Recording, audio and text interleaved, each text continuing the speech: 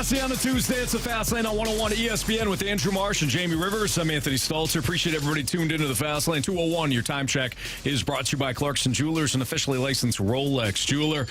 I found this stat disturbing in Adam Wainwright's final season. This was in John Denton's recap from last night's game. Here we go. He said, for whatever reason, Wainwright has received 0 runs of support in 7 of his 18 starts this season. 0 runs of support in 7 of his 18 starts this season. Which is crazy based on the fact that this offense was pounding for a while. Right. And so the fact that they cool off, now they're really cool. The last, 10, 11 games? Yeah, it's been bad. Atrocious. It's been real bad. He's gotten 1 or fewer runs of support 10 times. He should fight every one of them, one at a time. I agree, Jamie. I just don't think it's in Adam Wainwright's makeup. Oh, I think it's there. I think he's sick of it.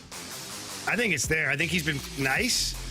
I think it's time not to be nice, Adam. Yeah. I would walk in and just kick the spread over today and challenge every single guy who had a bat in their head last night. In fact, if I was Waino, what I would do is tell Ollie, never mind the damn DH. I'm hitting. Yeah. I'm hitting. This is my boat now. I can put up 0 runs just as good as these guys can. What? And I'll try hard. Yeah. I might actually get a home run. Adam Wainwright allowed 1 run on 8 hits, 3 walks over 6 innings last night, striking out 1, and then taking the loss against the Padres. It has just been an ugly season for Waino. He has turned it around over the last 2 starts now. Last night was very good for him. He went to the longer pants, and he was watching film of his 2014 season in which he said he felt. Is that what he did? He went to long pants last night? Yeah, he said he felt he wanted to go back to 2014. Different. Honestly, I couldn't figure it out. Yeah, he wanted it. Well, he shaved. So I saw that. So he had he shaved, and then he went long pants. Huh. As an homage to 2014, the last time he said he felt, basically remarkable. Okay. Yeah, most mentally in control of the entire game. That's what he said. Well, he had himself a pretty good outing, all things considered, even when I thought the wheels were about to fall off. And there's nothing hidden here in the fast lane. I text both you guys. Mm-hmm. I said, whoop, this is where the wheels fall off, right here. Yeah, because you felt it. You felt the momentum starting to shift and swing. And damn if he didn't load up the bases. But he got out of it. Mm-hmm. He got out of it. Unscathed, too, really. So good on Adam Wainwright for pushing through that moment, because that moment that presented itself the game before, his last start, that's where the wheels fell off. Yep. That's where everything just went south, whether it be bad luck, bad bounce, ball has eyes, like whatever it is, doesn't matter. It happened. And it happened with 2 outs the last time. Yeah. This time here, the damage was limited. Jamie, you had mentioned the offense not performing over the last 12 to 13 games. The numbers over that span are horrible. So going into last night, they had, I think, like the 3rd or 4th lowest WRC plus over the last 2 weeks. How good are you as a team at producing runs? Not just in RBI situations, but home runs, doubles, taking walks. It is an all-encompassing stat. And they're, I think, 27th, or they were heading into last night's game. And it didn't improve last night with only 1 run last night. But this offense has completely disappeared over the last 2 weeks. The FBI is looking for the offense right now. Newt being out hurts. Jordan Walker cooled off. Mason Wynn has not, come out of the gates on fire, which is fine, by the way. This is not about Mason Wynn. He's getting his cup of coffee here. He's going to be the starting shortstop next year. I said it at the time. Play good defense, bat 9th. Whatever you do offensively is fine. But if you're talking about the offense, you're talking about the issues, the struggles, that you have to factor that in. Nolan Gorman being banged up since he has come back. He has not hit well. It's ugly. Anthony, I don't care. About which part? I don't care about being banged up or being young in the lineup and all this stuff. I don't care. Produce. This is the majors. You may only get one real chance at it. So if you're Mason Wynn, I'm not saying this is his only shot. He'll definitely be part of the team next year. But if the offense doesn't come around, they'll find the next guy. for Nolan Gorman, if the offense doesn't come around or the back still stays unhealthy, all of a sudden they'll find the next guy. Like, the league doesn't wait for you. So regardless of the situation, you got to get out there and do your job. Nolan Arenado and Goldie have been battling through some things pretty much most of the season. I know their bats have not been great. Goldie hits the Ding Dong Johnson last night. It was a nice one there. But did I get that? I got on the board, didn't I? All right. I didn't realize that. It's all about Anthony, apparently. Cardinals lose, but Anthony's got his guy. It's fine. Anyway, it's been a long. They've a lot of losing. So you're right. You have to take the positives where you can, Anthony. I like where your head's and at. I'm in a competition with you, Jamie. You're leading this pack. I mean, you had a couple of home runs like 3 nights in a row 2 weeks ago, so I have to catch up. It was more here. than 2 weeks ago. Have you seen his offense lately? It's about 3 weeks ago now. About 3 weeks ago. Thank you. Yeah. But no, these guys, some of the veteran players are still managing to get some pretty good swings on the ball out there. I don't care about what's going on. You have a job to do. So Marsh asked this question of you in the office, and I thought it was kind of interesting, and I liked your response to it. So Adam Wainwright last night doesn't get any run support. We mentioned the John Denton article from his recap last night, and I'll read the statistic again to you. For whatever reason, Denton writes, Wainwright has received 0 runs of support in 7 of his 18 starts this season. He's gotten 1 or fewer runs 10 times this season. So not a lot of love from the offense when Adam Wainwright pitches. And Marsh had asked you know, how frustrating is that for the individual? This in this case, it's Adam Wainwright, but even for somebody like you that played, playing on other teams with other players that might produce big time numbers, and yet you lose as a team. How does that impact you as an individual? Well, it's tough, right? Because Waino's out there, and he's battling for as long as he can, and he's hoping his team can put some runs on the board. Adam Wainwright's not going to go into the room after and blame his teammates for not putting up runs, because the flip side of that is, well, what about that start against the Royals, Waino? Right. We didn't have a chance. Oops, maybe I should just bite my tongue a little bit if you're Adam Wainwright. But overall, it's a win as a team, lose as a team. It has to be, because every single guy contributes in a certain way. And I laughed in the office. I said, you go home, you drink a bottle of bourbon, and you can MF everybody on the team, get it out of your system, and then the next day you go back to the clubhouse, it's all about the team. Because how many runs over the course of the 3 years that Arenado has been here has he saved for Adam Wainwright? How many runs has Goldie saved? Maybe Tyler O'Neill, maybe Harrison Bader / Dylan Carlson. Like, these guys come up with big plays and they save the pitcher. So the pitcher can't in turn now look it back and go, you screwed me. Right. You're why I don't have 199 right now. Be nice to have that. It'd be nice if they did contribute, but that's how a team absolutely implodes, is when guys start blaming other guys for losses, and they blame them in losses where individual stats are attached to it. That looks really selfish. This is how a losing team also fractures too. 100%. Because you start to think about your individual accomplishments. You start to think about, Jamie, you like to use it in a joking way here in the fast lane, but it's still aptly used. I had my guy. When you start to think that way, that is the exact opposite of what the mentality should be when it comes to a team. It's a team sport. There's a lot of individual aspects in baseball. There's a lot of individual aspects, quite frankly, in hockey and football and basketball. But ultimately, it's a team game. So the moment you start to think about, well, yeah, I had a good night last night. I went 3 for 4. You know, nobody else could do it. That is the first sign of a team that's fracturing. So I completely agree with you. It's also not professional. No. You got to be an adult. You're being paid to play a game. Do so to the best of your ability. You may have stretches where you're 0 for 20. That happens. It is a game. Other guys get paid too to get you out. But ultimately, you're being paid. This is a paid league. You are a professional. Show up every day at the ballpark ready to go. And support your teammates. Yeah, you have to. Bottom line.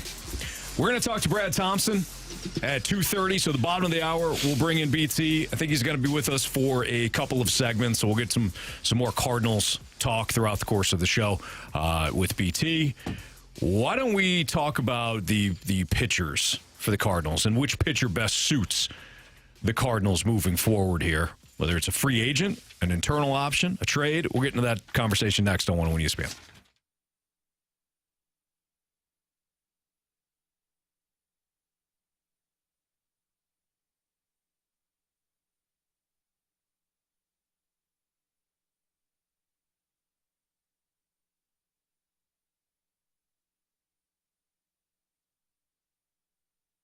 Buying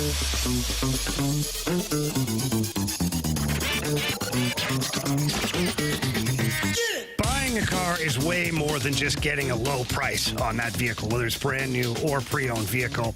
It's way more than that. It's the experience. It's the customer satisfaction that you get from a team like the Londoff Chevrolet team. From the moment you walk into the showroom at Londoff Chevrolet until the moment you drive off the lot with your brand new or pre-owned vehicle, the Johnny Londoff Chevrolet team, they're there to treat you like family. And their goal, it's not just to sell you a car, but to make you a Londoff Chevrolet customer for life.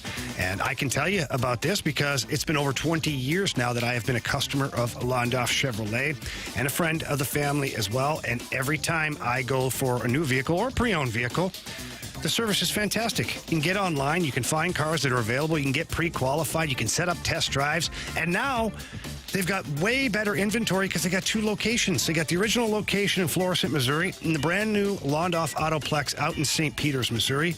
Both places have state-of-the-art service centers, and they're both going to treat you fantastic. All you got to do is walk in, tell them Jamie Rivers sent you, and they're going to make sure that you find the vehicle that you love, and they're going to make sure you get a great price, and they're going to make sure that you're completely satisfied at the end of the day. So again, get in there and check it out, but if you can't, get there online at londoff.com or londoffautoplex.com. Are you kidding me?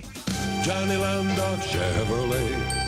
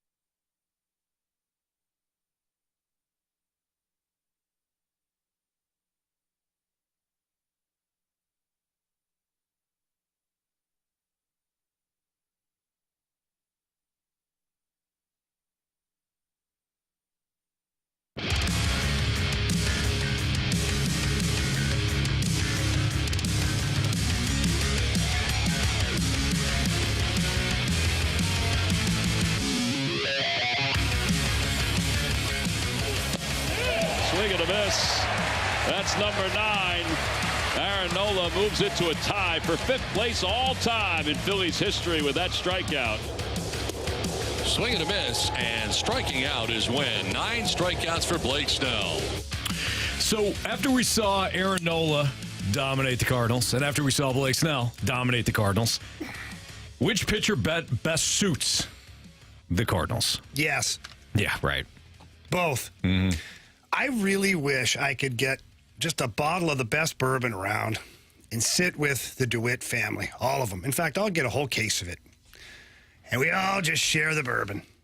On the rocks, neat. I don't care. You want to add mix? I mean, I'll judge you, but I won't say anything. That's fine. And we polish off that case of bourbon, and by the end of it, I've got them convinced to go get Nola and Snell. Like, come on, guys. You know you got the money. Like, come on. Come on. Things are pretty Just good. do it. I mean, Ballpark Village is, expanding. I got you this bourbon. I mean, get me a couple of pitchers. Least you could do. Yeah. And then yeah, you use one to sell the other. Hey, Aaron, we got Blake Snell who's coming. Hey, Blake, we got Aaron Nola. Like Max Scherzer and Justin Verlander. Maybe not like those guys. Oh, okay. Yeah, apparently they didn't like each other at all. That was weird. That's really weird when you have a number one pitcher and a number one pitcher, two Hall of Famers that should be just pulling for each other. World Series champs? Maybe the ego's got in the way? Maybe. Yeah. We're referring to some comments made yesterday by Max Scherzer that he kind of had to read between the lines a little bit. He's like, we're in a much better place now. What the hell are we talking about here? You guys been dating? Like, I don't get it. Better place now. Unless he was talking about, the fact that Max Scherzer's with the Rangers and Justin Verlander's with the Astros. We're in better places. Better places, exactly. Not them specifically, but or them as a couple, as a duo, but power couple. Yeah, two individuals. By the way, we have do we have Brad right now? All right, BT is going to join us right now. So breaking news: Brad Thompson is joining us from the ballpark. It's the Fast Lane on 101 ESPN with Jamie Rivers and Anthony Stalter. BT, you got us? Yeah, I just like to aggressively jump in the middle of the broadcast while you guys are talking. How we doing, boys? We're doing great. You're always welcome. Jamie and I were just having this discussion. He answered with yes. I imagine your answer is going to be yes too. But shed some light. If you were to only choose one guy after watching Aaron Nola, I was going to say Aaron Snell, Aaron Nola and Blake Snell, who do you want, BT? Give me Blake Nola all day. I like it. Yeah, all day. Yeah, no, Jamie was right. The answer is yes. But if you are going to make me pick one of the two, I'm going to pick Blake Snell now out of the two. I've gone back and forth. I've gone wishy-washy on this. And look, in all fairness right now, I'm not sure watching one of these guys against the Cardinals is like our best litmus test. Now, why is that? Why is that, Brad? Just because they're not fully healthy. That's the only reason. Had this group been fully healthy, I'd have said yes. Like, that's it. That's the only reason.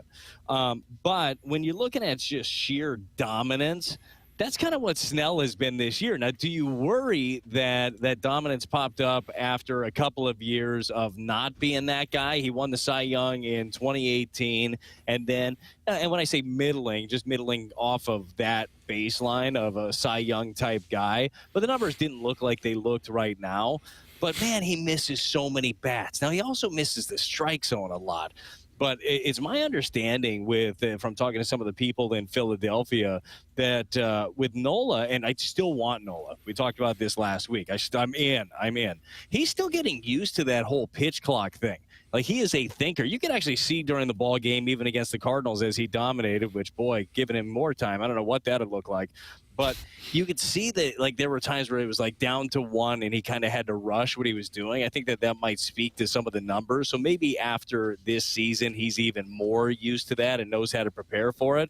But give me Snell out of the two. If you guys had to pick out of the two, where did you land? Because I think you both answered yes. Yeah, no, for me, from the beginning, it's been Blake Snell. Now, watching Nola pitched the other night, I got to admit, like, it's like splitting hairs for me at the end of the day. If I knew that the Cardinals could get at least one of them, I'd just say yes to either or. But if I'm spending, let's say, $35 million a year on one or the other, I'm going with Snell. I like how aggressive he is. Yeah, does he waste a lot of pitches because he misses a strike zone? You're damn right he does. But he also comes back from a 3-0 count and strikes a guy out. So he's my pony. Make it 3 for 3. I think that when you look at Blake Snell and you look at what he's done in the postseason, he's got more starts in the postseason. Now, it's not, Aaron Nola's fault, but when you look at the postseason history for Snell, pitching in a World Series, dominating a World Series that the Rays could have won had, the damn analytics not gotten away, Blake Snell has been outstanding. Blake Snell also this season has been consistent from a strikeout rate standpoint. His strikeout through 9 is consistent with his career average. Nola's down. Snell walks more batters, or he certainly is this season. Nola doesn't, but everything else is kind of split. They're both 30 years old. They're both going to probably cost around the same. But I think that when I'm looking at the strikeout numbers and the velocity and all that, it's Blake Snell for me. And I don't really care that you're adding another lefty to the rotation. I think that's never a bad thing. So I'm with you guys. I think it's Snell. So BT, are the Cardinals going to sign Blake Snell in the offseason? Yeah, obviously. Okay. 100%. If we just came up with he's the guy, I think I'm right down the way from DeWitt's office. I'll probably just barge right in and just let him know what's going to happen. Bring him a Fastlane T-shirt. Yeah. Oh, boy. You know what? We have told people that we were going to get them shirts, and then we never paid off. Like, we still owe Mo a Be Patient shirt. I don't know if he's going to like it as much now. It was I don't know then. if Mo will want that after what Anthony said yesterday. Okay. What, Anthony? Well, I got to tell you, I have not. I downloaded the podcast, have not got to it. Be careful listening to it, PT. Well, Brad, context. What do you do? Listen, context is everything, okay? Somehow, give us the context too, Anthony, because I don't know if it helps. In a hypothetical, listen, Brad, somehow we got into a hypothetical. I think it was during the Sports Six-Pack about, whether or not. Oh, I know what it was. What drink you would buy? It was the Sports Six-Pack, and a listener asked us if we were a bartender, and Michael Gersh and John Mozeliak came into the bar. What would you serve them? And Jamie went through the details of, the drink that Mo would get. And, he talked about the Mo fashion and all that stuff, right? And I said, I'm going to slide him a couple Budweisers because I'm no mixologist. I know what my strengths are. I know what my weaknesses are. I just slid him over a couple of Budweisers. We're good, right? And then they didn't like him. Marsh then said, well, what if both of them told you to go blank yourself? So I responded, I take those bottles, I smash them on the bar, and I stab them. And everybody had an issue with it, Brad. Well, everybody got up in arms over that comment. All right, real quick. In this scenario, if that in fact was the context, Anthony, I don't think anybody should tell you to go blank yourself. And I have anger issues. As soon as that happens to me, I'm going all shilty like Jamie laid out there. On tractor gas? There you go. So, look, Anthony, I don't think that you did the wrong thing. I think Brad. that you offering up a nice cold Budweiser is great. You know what you did? You went safe. You said, look, here's just context, right? Here is a contact pitcher, and you've got a good defense, and like this guy's been around, he's tried, he's true. What could go wrong nowadays? And then you put somebody else in charge of your marketing, and then bingo, bango, bongo, stuff happens. Yeah. So, well said, Brad. You really added some flavor to that conversation. Right? No, it tastes good. It tastes good. I would have ordered up, if they came to me, I would have served a nice bourbon neat is what I would have gone with for Mo, and I'd have got Gersh a water. I got him an O'Doul's. Yeah, it's funny. Jamie went with O'Doul's. I did. I got Mo an old-fashioned, and Gersh, I gave him an O'Doul's. Wow. You guys were right on. I mean, you guys are on the same wavelength there. God.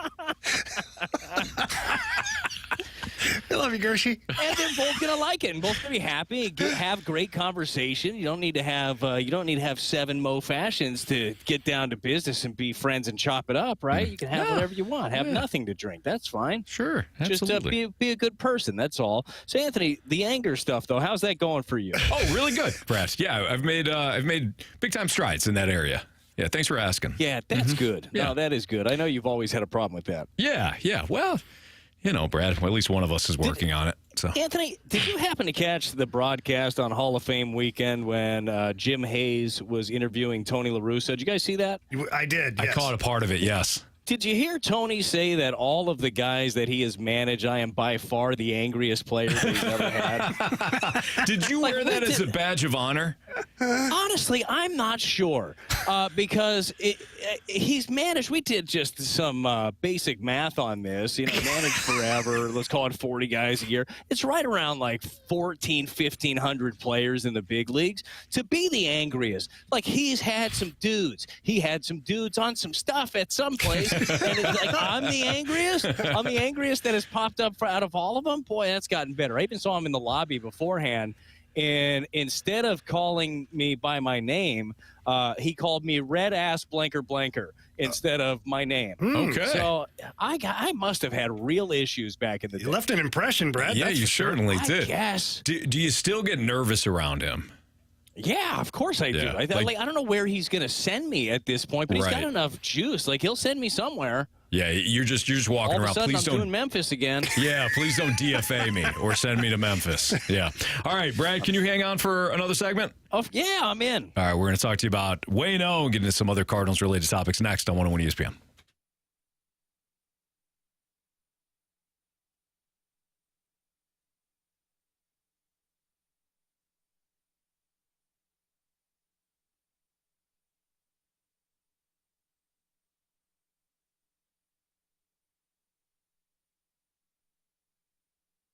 Do you have a vision for a kitchen or a bathroom upgrade, but maybe you don't know who to turn to? Let me help you out. Go give my friends over at E&B Granite a call for a no-obligation consultation. E&B Granite, they've been proudly providing the St. Louis area with, exceptional customer service and products for over 20 years. And I want all of you listeners to have the same experience that I had. I got a countertop and backsplash done with E&B Granite, and it was fantastic. I walked into their facility at 6135 Manchester Avenue, and I didn't really have much of a vision. Sales representative helped me out, took me into the back where all of the concrete slabs were, the countertops rather, and they had quartz, marble, soapstone, granite, all of those things, and I got to see exactly what it was going to look like. I got the countertop, I got the backsplash. It looks incredible, and I loved every second of it. So please, without hesitation, give them a call, book an appointment today. Tell them Jamie Rivers sent you in. That number is 314-645-9300, or you can visit enbgranite.com.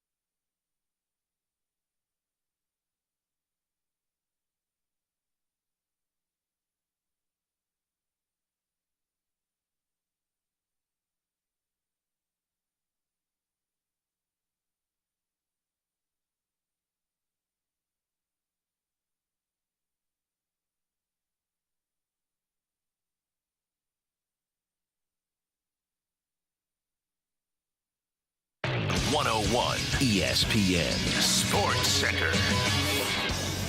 I'm Andrew Marsh. It's time for a Sports Center update driven by Johnny Londoff Chevrolet and Johnny Londoff Autoplex. The Cards fall to the San Diego Padres last night by a final score of 4-1. Adam Wainwright in search of win number 199.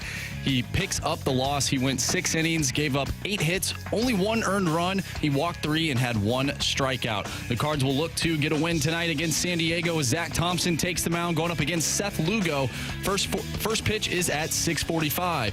We'll continue talking with our guy, Brad Thompson. That's coming your way next right here in the Fast Lane. I'm Andrew Marsh, and the Sports Center update is driven by Johnny Londoff. Find new roads and shop 24/7 at londoff.com and londoffautoplex.com. Are you kidding me?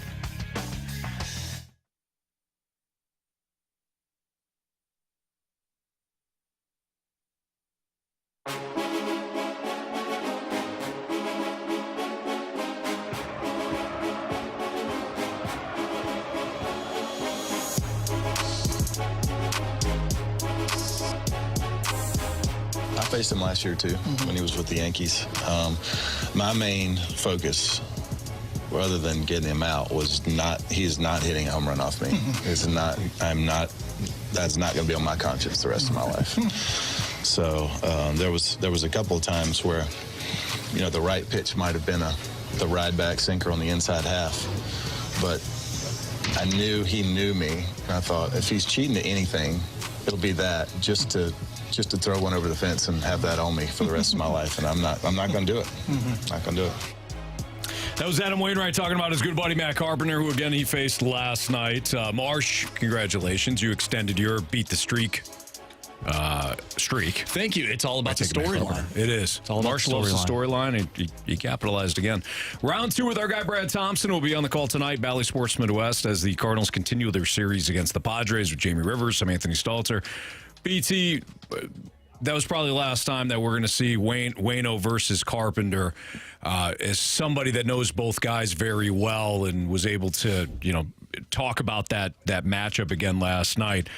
Was it kind of special watching that once more after we saw it last year when the Yankees came to town? Yeah, I think it's always cool, man, when you have a guy that had a career like Carpenter did here in St. Louis, 2011 through 2021, as we all know. And I know that it was stale near the end of it for Carpenter, and a lot of people were mad at him about the contract extension that he got. But he and Wainwright will absolutely both be wearing red jackets. They'll be Cardinal Hall of Famers. So it's neat to see that. The only thing that I wish was a little bit better was the overall atmosphere. And you realize why it wasn't. The Cardinals are not playing great baseball. Busch Stadium is not a packed house right now. But I wish that there was even more of an ovation. I was actually thinking about this as we were talking about which one of the free agents do you want, Blake Snell or Aaron Nola. I kind of wish it was a packed house for Nola, too, where he looks around, Snell. So he looks around, he's like, oh, hot damn, look at this place. All right, I'm digging this. But unfortunately, just, again, not the fault of the fan. The team's not playing the type of baseball you want to see, and it hasn't been as good. But no, it was neat to watch that, and it was cool to see Waino go out there and pitch as well as he did. Look, Carp had his way, a couple of singles, had the RBI, drew a walk. But overall, man, Waino looked great, and it just sucks when you aren't able to capitalize on those good games that he ends up having. BT, following the Cardinals game last night, I made a trip out to the grocery store, and I was looking on milk cartons all over the city, trying to find the Cardinals offense. Oh, boy. And was looking to see if you could help me out. What the heck has happened here in the last 10 to 12 games? What is going on? Well, in the last 3, they've been kidnapped, and be on the lookout for Zach Wheeler, Aaron Nola, and Blake Snell. I'll give you those, right? Tip your cap. Yeah, the guys did a great job. And that home run by Goldie, as you guys know, it snapped a 22-inning scoreless streak. So that was nice to see. The last time they had scored before Goldie hit that home run in the 8th inning was Lucan Baker's home run early in the ball game on Saturday. So, that is quite the drought. But you're right. Look, there are a lot of things that go into it. Obviously, Your lineup looks different when you have your table setters in there. Tommy Edman has been doing the leadoff duties. Tommy, as we know at this point, very versatile hitter. He is better from the right side than he is the left. He is an option specifically at leadoff against those left-handers like you saw last night. But he's not Lars Nootbaar, right? He doesn't have that on-base skill. He's actually, and this was 2 days ago, I looked up this number. I think he had the 5th lowest on-base percentage in baseball for qualified hitters, right around 300. So that's not exactly where you want your leadoff guy to be. So the table setter's not there. Goldie had the 2 knocks and the home run, but things have been a little bit more quiet for the thump in the middle of the order. I just think we're in some of those dog days right now, and you're missing some of your dudes. I don't know exactly what the answer is right now, but they got to figure something out. I'm not talking about a playoff push, okay? And I'm not seeing guys give away at bats either. I'm just not seeing the results be there. But just to have a good finish and for these guys to feel good about where they're at, you'd love to see a little bit more offense. And look, fingers crossed, maybe it's Seth Lugo today, who, by the way, he's not bad either. BT, what's your biggest takeaway right now when it comes to observing Mason Wynn for the last couple of weeks? Yeah, I think that Mason is a very, very confident player. I think that we've seen him make some heads up and very good plays out there in the field. The arm absolutely plays. The bat is going to come around. He's hitting a $152 right now. He went 0 for 4 with a couple of punch outs. He's anxious in the box, especially anything that is spinning. He wants to jump on it, and that's all of his hits have come via the breaking ball to this point. He has not got a hit on a fastball, and I think that pitchers have done a very good job of kind of lulling him to sleep, showing him some of those breaking balls early. Then he gets to 2 strikes. He thinks one's coming, and then they end up throwing the fastball by him, or he ends up missing that. Just needs to get comfortable, and comfort is not an easy thing to happen when you're at this level, when after a game you have everybody asking you all these questions. But he's been in 10 games now. He's had 33 major league at-bats. He's checked off a couple of boxes, right? He's got his first hit. He's got 5 of them. He's driven in his first run. He's still looking for his first big league walk, I believe. Wants his first big league homer, first big league triple. All those things will end up being there for him.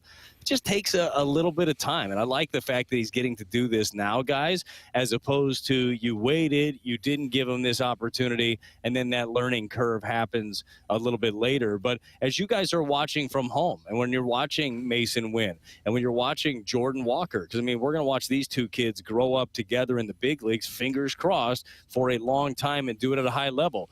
What are you guys seeing when you're watching both of these guys? I see young kids trying to figure it out. I see a tremendous amount of talent in both individuals, so much upside. But at the same time, I recognize youth trying to figure it out. And they're trying to figure it out while being on a losing team right now, which, to be honest, that's twice as hard. I had the luxury when I came into the league of playing on a really good team here in St. Louis. So, my performance wasn't necessarily dependent on night in and night out. It wasn't the difference maker. We had guys for that. I was able to kind of cut my teeth and find my comfort zone before being a bigger piece of the puzzle. These guys right now, as much as Ollie has tried to protect them and shield them and put them in positions to be successful, they're guys that you're depending on. Now, Jordan Walker, people are expecting him to get on base. They're expecting to see that ball come off the bat at 112 miles an hour. And Mason Wynn, they're expecting big things from him. Why? Because the rest of the team isn't playing all that great right now. So the young stars are what you're looking forward to watch, and now the pressure's on them. So I see a couple of young guys just trying to figure it out. Yeah, I agree with Jamie. They also don't look completely out of place either. I think that's the big thing. That was one of the biggest takeaways I had watching Jordan Walker before he was sent down initially. He looked the part. He looked like he belonged. And when you take a step back and realize at the time he's 20, now he's 21, that's even more impressive. I get the same impression with Mason Wynn. It's like, man, this kid can play. He's got a lot of swagger. He's got a lot of confidence. The fact he's not hitting right now, so what? He's hitting 9th for a reason. I go back to the Alex Cora comment that I'd overheard he talked about. I think it was about Ruff Snyder coming up and batting him leadoff right away and watching him struggle. And then finally this year he says, hey, we're going to bet you 9th. And then slowly he'll work his way up. Anthony Volpe of the Yankees, same deal. Batted him 9th. Now he's hitting like 6 for the Yankees. So I just want to see these guys get reps, especially in a down year, because these reps are going to matter for these guys next year when hopefully, knock on wood, you're competitive again. Yeah, it's nice to know what adjustments you're going to need to make. And I've used the Gorman conversation or that comp many a times, but it was nice for him to know how he was going to get pitched at the big league level, because these guys are all the same. Okay, these guys are all high round draft picks. Obviously, a couple of first rounders in Gorman and Walker, win a second round pick, that have likely never ever struggled in their lives. And then you finally get to a level which is the best of the best. All the best pitchers are here. Okay, like this is where you are going to get challenged, and then you struggle. And there are going to be times for all of these guys, whether it is the big leg kick for Gorman, for Walker, maybe it's his setup and what he's able to get to. Walker is extremely pitchable right now. You can throw him in for strikes, and if you locate down and away, you're going to get him out. You make a mistake up and away, he'll drive it the other way like we saw last night. His first hit was a changeup down and away. It was a broken bat up the middle. He's such a big, strong kid. He'll get a lot of those. There are some adjustments that he's going to have to make swing-wise. There just are. Walker, is he going to be able to keep that high-up stance and the bigger leg kick, all of that timing? Like with Wynn, I'm sorry. Like, we're going to find out what adjustments they need to make in their swings. But the last thing that you want to do as a big league coach right away is come in and try to make wholesale changes. And I'm using, Wynn as an example again, with 33 at bats under your belt. So you let them figure it out too, because Jamie, you know this, and it's happened to me in my career also, where like you have success and you think to yourself, why would I change anything? Like I got here, I was doing this is successful. Then you realize, okay, well, this is a little bit different. I might need to do different things, but you're not going to make any of those adjustments. You're not going to make any of those changes until the league tells you you should make those adjustments. And that's why this time right now is so important for those guys. And that's why they're going to be in the lineup day in and day out. And that's why, and I get a chance to talk to Ollie every single day and talk to the staff and talk to those guys.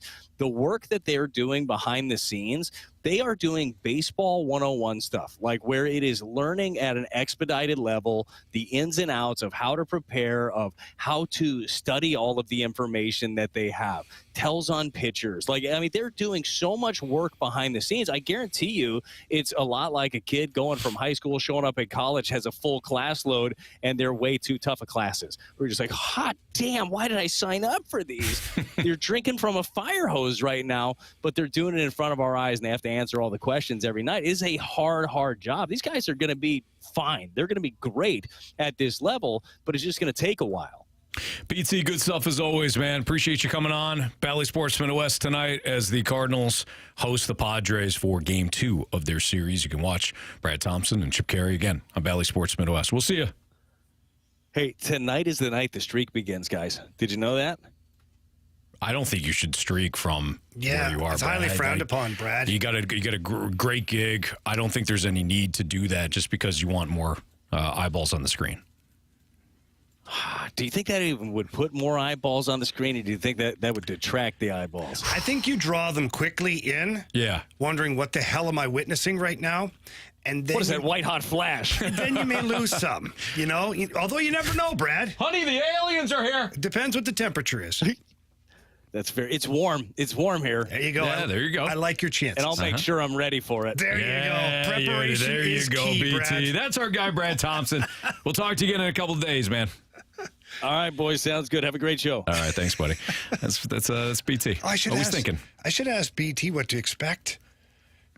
Throwing out the first pitch. We'll get him next week. Next week. Jamie's going to be throwing out the first pitch. Anthony. No? It's top secret. You basically just said it. No, it's top secret, though. We'll go more into detail next time. Okay. Yeah. Sounds good. How about hit somebody? Can I get a batter, please? Always wanted to strike somebody out. All right. Lineup game next on 101 ESPN.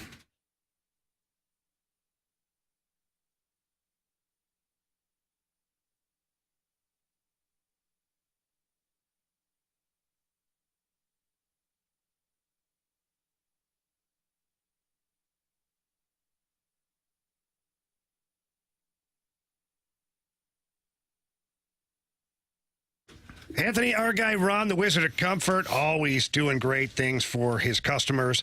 In fact, I got to talk to Ron today, and he was letting me in on just how great the Chill and Grill sale is going over there for Swiss Air Heating and Cooling. This thing's unbelievable. It is. And here's what happens. If you purchase a new HVAC system from Swiss Air with the Daikin Fit system, that is the key right there. Boy, that's sleek. It's efficient. It's great. Anthony, I'll let you talk about that in a second because you have one at the Stalter household. But with the Grill and Chill sale, you've got the $1,200 instant rebate, extended parts and labor, and the Blackstone Pro Series 5 burner with 28-inch propane griddle with range top. Yeah, it's unbelievable. You get that. You get all of that because you went with Ron, the Wizard of Comfort, and Swiss Air. We went with Ron, the Wizard of Comfort, at Swiss Air back in the springtime. Their warranty crushed every other company that we talked to. They do it right. And we talked to 4 or 5 different companies, and we just kept coming back to Swiss Air. Swiss Air was the first one out, and we're like, okay, let's do our due diligence here. Nobody beat their warranty. Nobody beat their price. Nobody beat their customer service.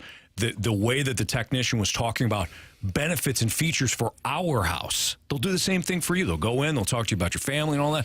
Then they put the Daikin Fit system in. It is quiet. It is sleek. The other one, I thought the helicopter was landing on our house constantly. This one, the only time I ever see it is when I'm right next to it while mowing the grass. I'm like, I love you. Look at you. Swiss Air, they do it right, Jamie. Yeah, they do. And all you have to do is give them a call and tell them that Anthony and Jamie sent you in. That number, 636-500-2665. Again, that's 636-500-COOL. Or you can visit them at SwissAirSTL.com.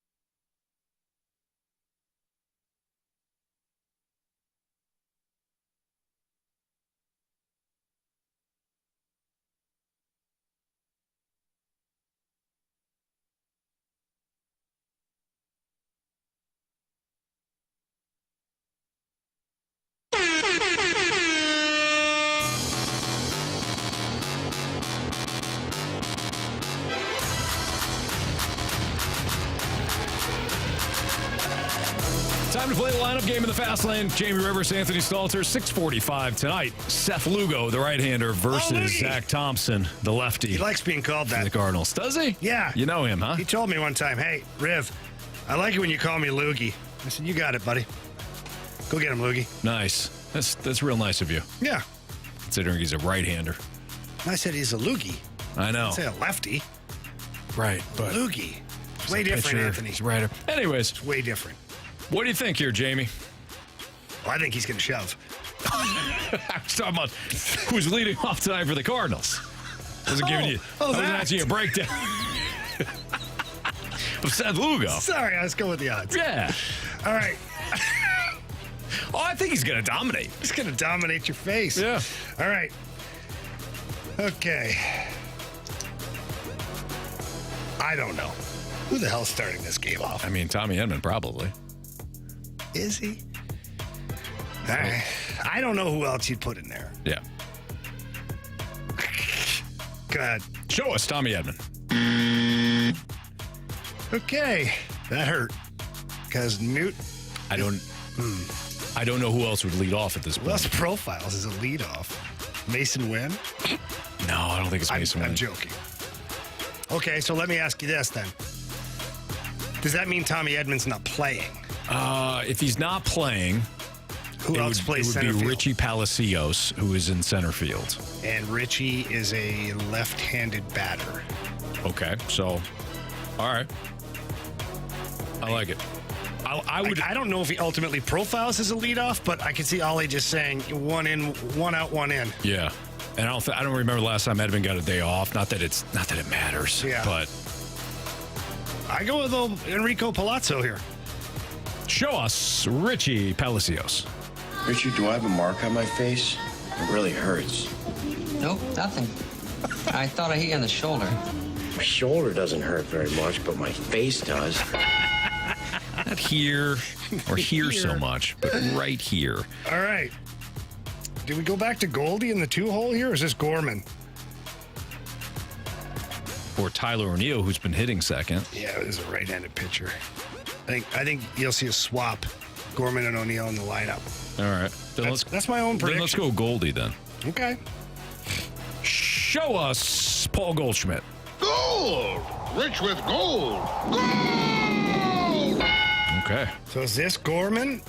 Yeah. Or is it Arenado? No. I think Arenado's 4, Contreras is 5, Gorman the left-hander 3. Okay. Show us Nolan Gorman. There's a storm coming, Ari.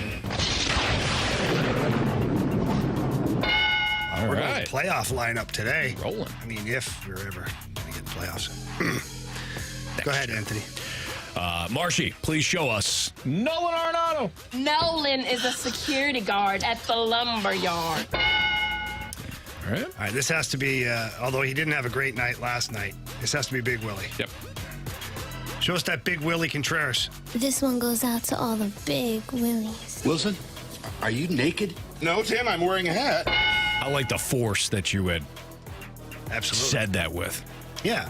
When I go Big Willie, I go hard. Yep. Because he deserves it. No doubt. Okay.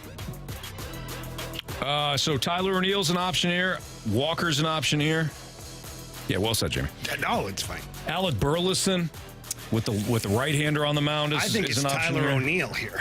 Let's do it. Show me. Us.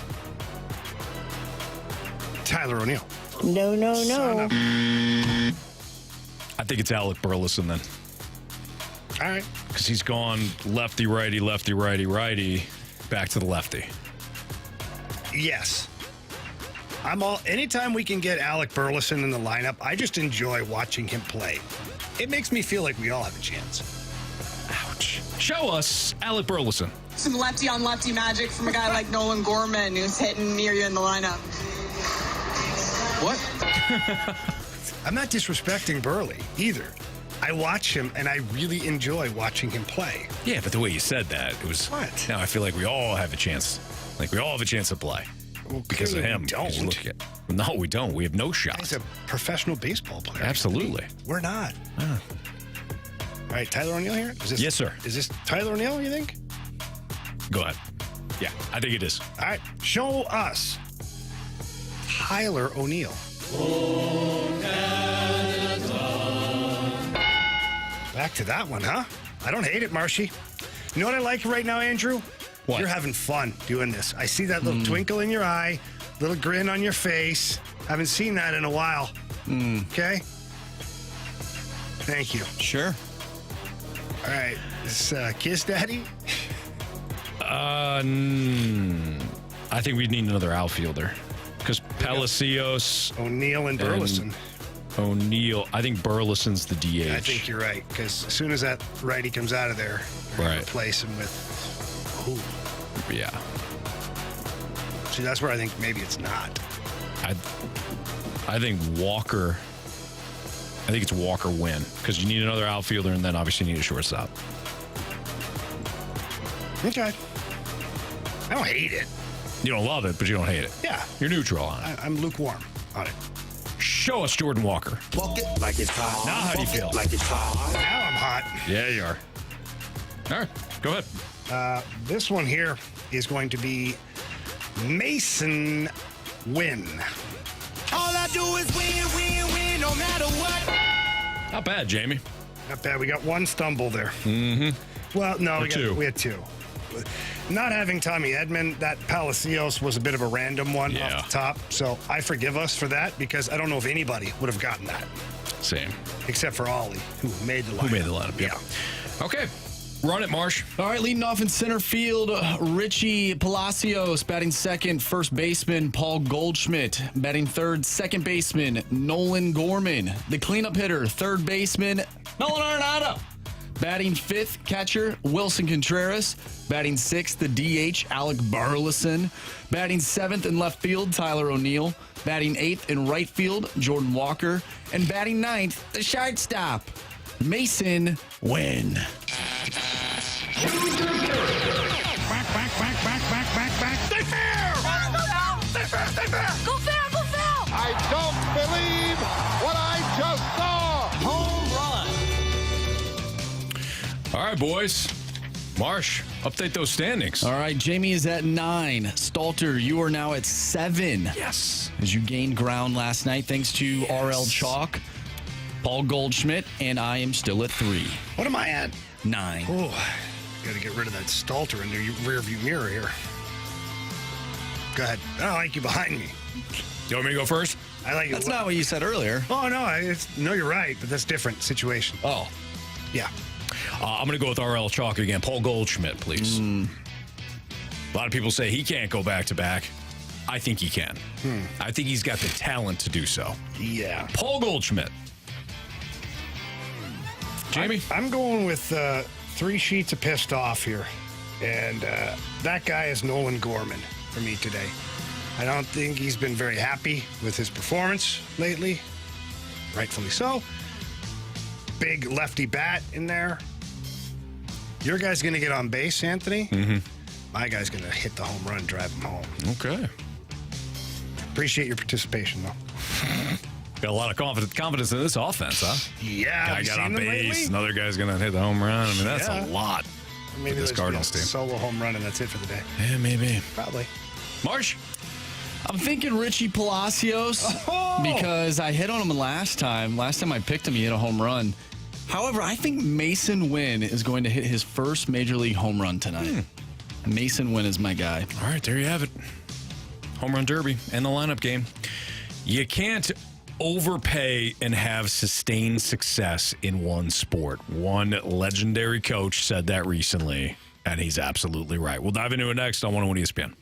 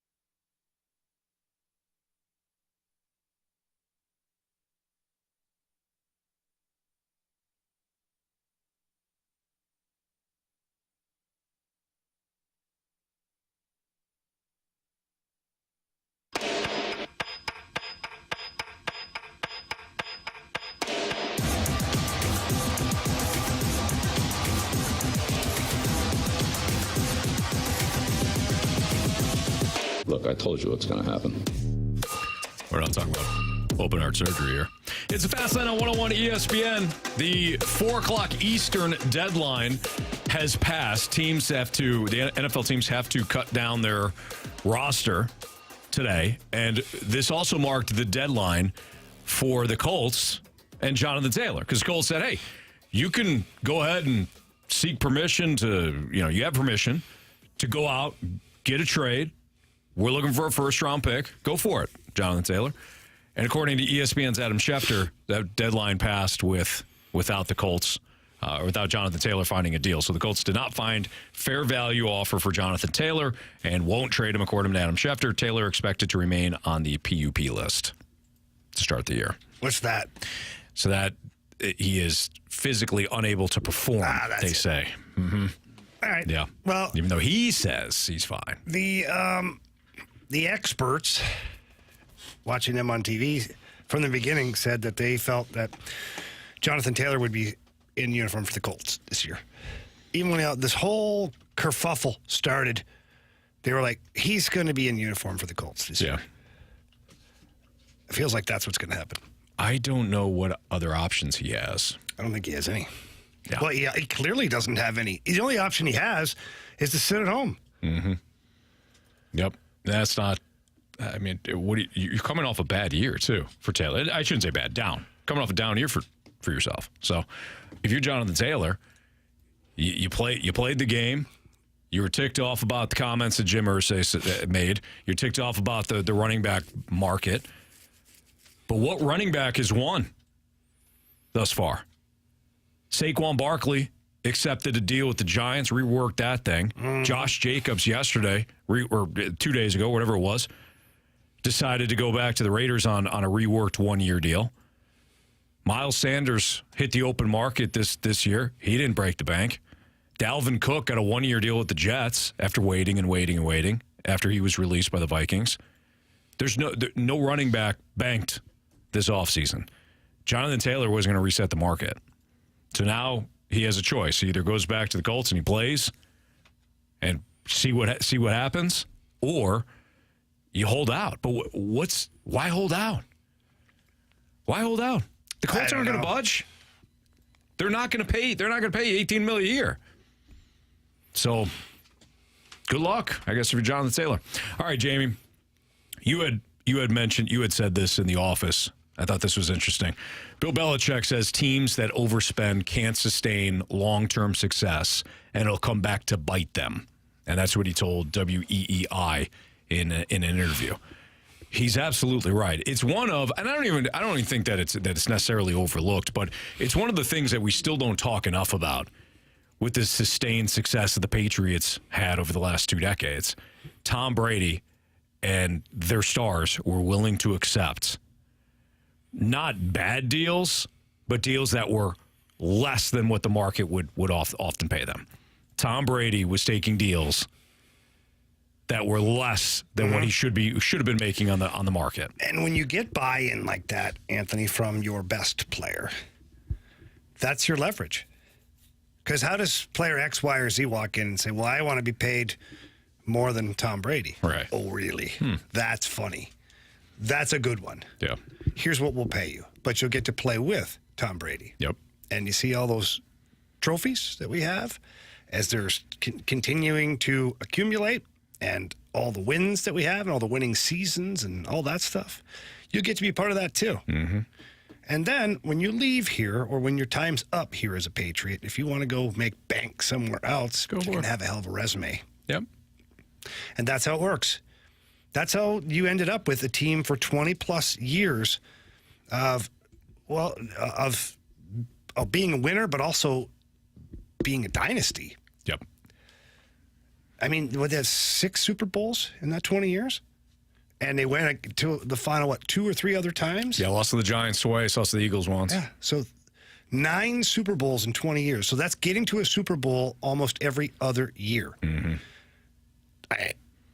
The recipe, the formula speaks for itself. But you got to get the star player to buy in. If you don't get the star player to buy in, forget it. All bets are off. Yeah, and there's another team that's got a similar situation now, which is why they could have sustained success, and we'll talk about them here in a second. But Belichick was also the guy that just, when Lawyer Malloy's deal was coming up, if he wanted a little bit more money, he just cut him before week one.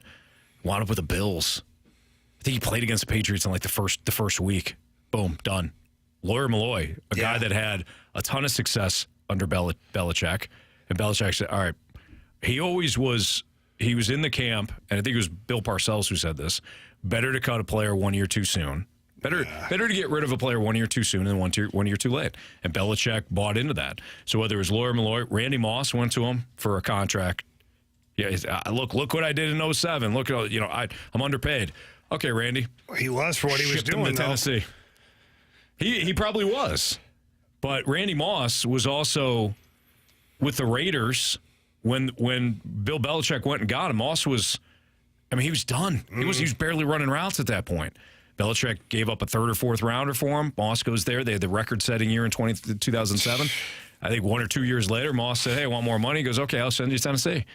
Willie McGinnis, I think, was one of those guys, too. And then Malcolm Butler won a Super Bowl for the Patriots. Literally won a Super Bowl with the interception on the goal line off of Russell Wilson. And then Butler wanted to get paid a couple of years later. Bill said, no, thank you, and moved on. Yeah. He's cutthroat with it. The Chiefs aren't cutthroat with their players. But Mahomes, to your point about Tom Brady, that star player accepting a little less, Mahomes is banking. He's banking, but he wants to win. Travis Kelce, his deal is not fair market value for a number one receiver. That's what he is. He's listed as a tight end, but he's a number one wide receiver. He's not making what Tyreek Hill is making. He's often talked about it. Hill goes to Miami, gets this massive deal, and Travis Kelce has said, boy, I should probably be making that much. But then you go somewhere, and you're making a bunch of money, and you're losing. And how much fun is losing?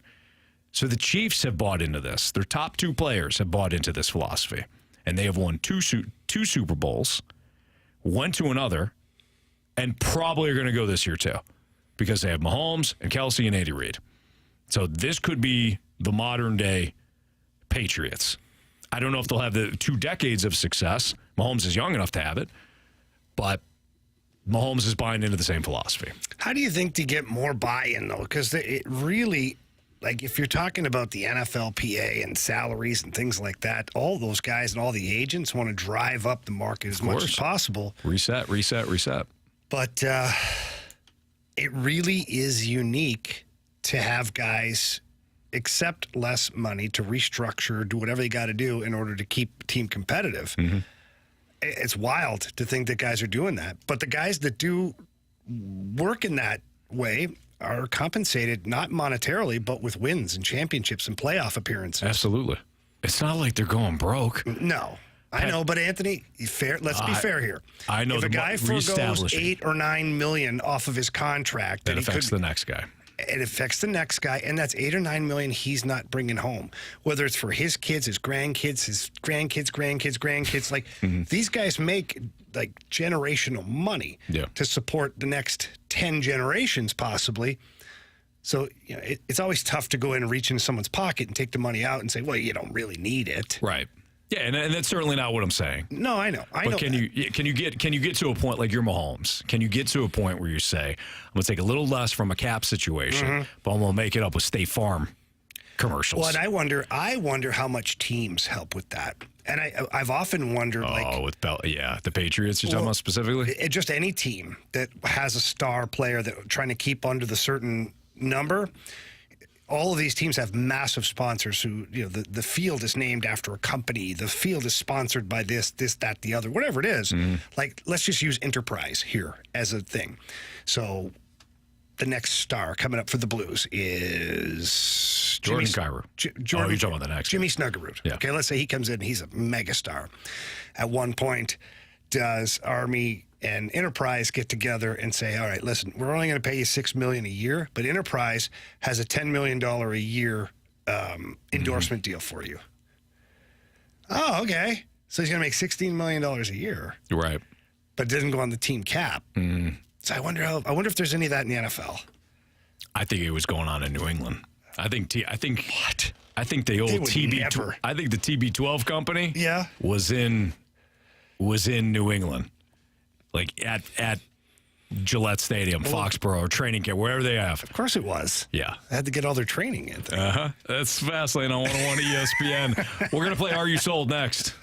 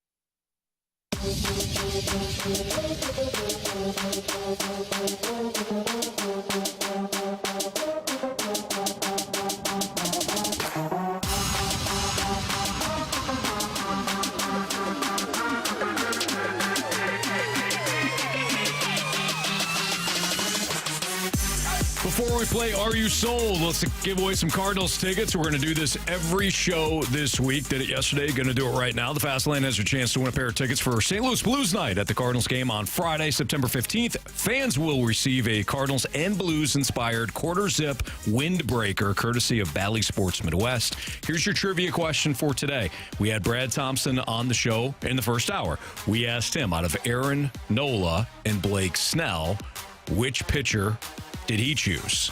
And initially he said Blake Nola or Aaron Snell, one of those two. But which one did he eventually pick, Blake Snell or Aaron Nola? If you have the correct answer and you are the 101st texter to the Air Comfort Service text line at 314-399-9646, you're going to go see the Cardinals September 15th for the Blues Night. And you can get all the ticket info for St. Louis Blues Night at the Cardinals game at cardinals.com/theme. Marsh, let's play Are You Sold? Let's get it going, fellas. Are you sold on the free agent pitchers wanting to even come to St. Louis? Of the two, I feel like Aaron Nola's personality matches Cardinal Nation more. Listening to a couple of guys discuss Aaron Nola, very religious guy. He likes Christian rock and he's very grounded. Yeah, I could see him fitting in a lot like an Adam Wainwright, because Waino's obviously a man of faith and lives his life that way. So I feel like he's a Cardinal. Yeah. Does that make sense? I feel like he's an easier fit. Whereas Blake Snell, he's played Tampa, he's out in San Diego now. He's kind of got that young rebel kind of feel to him a little bit. I like his personality. I think he would be great, but I don't know if he would fit in, him personally, as well here in St. Louis. Marsh, are we just talking about Nola and Snell? Yeah, yeah. Okay. I mean, the other pitchers would probably want to come here if somebody's the money's right? Sure. Yeah. So. Aaron and Snell, Nola and Snell. Are you sold that they're going to come? No. I think Nola will go back to Philly. I think Blake Snell is going to go to one of the big market teams. I think the Cardinals have a lot of competition now when it comes to big time free agents. It takes a specific guy like a Nolan Arenado and a Paul Goldschmidt, guys that are just almost purely about baseball. This is not. It is an incredible baseball market. But when you're talking about like Giancarlo Stanton a couple of years ago, or some of these other big time free agents, they often go to one of the coasts. It's just it is what it is. So no, I'm not sold on one of those guys. If you had to pick one though, who do you think fits in better? Nola. He's a toasted Rav guy, I hear. Really? Yeah. Likes a free zoo, too. Mm-hmm. Well, too bad Anthony is charging people $8 now. I'm not charging people $8 because you guys didn't want to see the Cardinals in the playoffs. So it's fair. Not at the expense of good families not being able to see animals, Anthony. Well, they could pay for a couple of months. That's all. That's all I'm saying. You go spending people's money. You just said, I'm not the guy taking money out of people's pockets. I'm not. You are. It'd be the zoo. You are. Guys, I'd be the guy that got the Cardinals into the playoffs. You're welcome. Go ahead, Andrew. My gosh. All right, so this is from Ben Cafardo at Ben_ESPN. He said the 2023 Little League Baseball World Series from Williamsport, there was 38 games, was the most watched on ESPN platforms since 2015. Said Sunday's championship game on ABC averaged nearly 3 million viewers, peaking with 4 million viewers. That's the best since 2019. Are you sold on the Little League World Series being entertaining? Yeah, I mean, it is entertaining. That did not sound convincing. I mean, it's entertaining. Of course it is. Can you go any higher with that? Well, if I said, no, these kids, I don't want to watch these kids play. I don't like it. I don't like it. These kids are pouring their heart and their soul in there into this game. That one kid had his soul ripped out on the mound.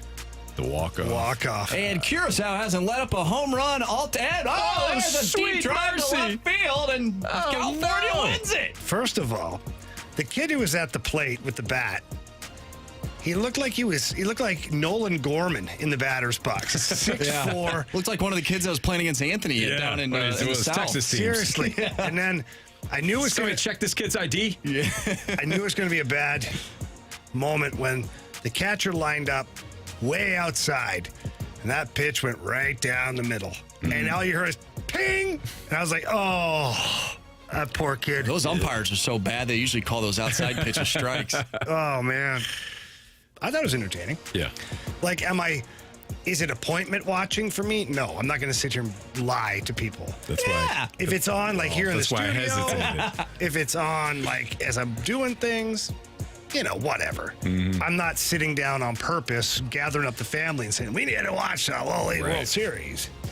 Like you said, it's not appointment TV. But apparently some people are. Yeah. A lot of people. About 4 million. Yeah, it's a lot. Anthony, you had your story yesterday about playing the kids from Texas. It reminded me of when I went up to Cooperstown. They have that tournament. We ended up making it to like the top 16, so we had to play the number 1 team. Yeah. These guys were unbelievable. And I was catching at the time, and one of our pitchers, I called for a slider. One of the nastiest sliders I've ever seen this kid throw in his life. Kid swung and missed. I go, here we go. Like, we're in this. Next pitch.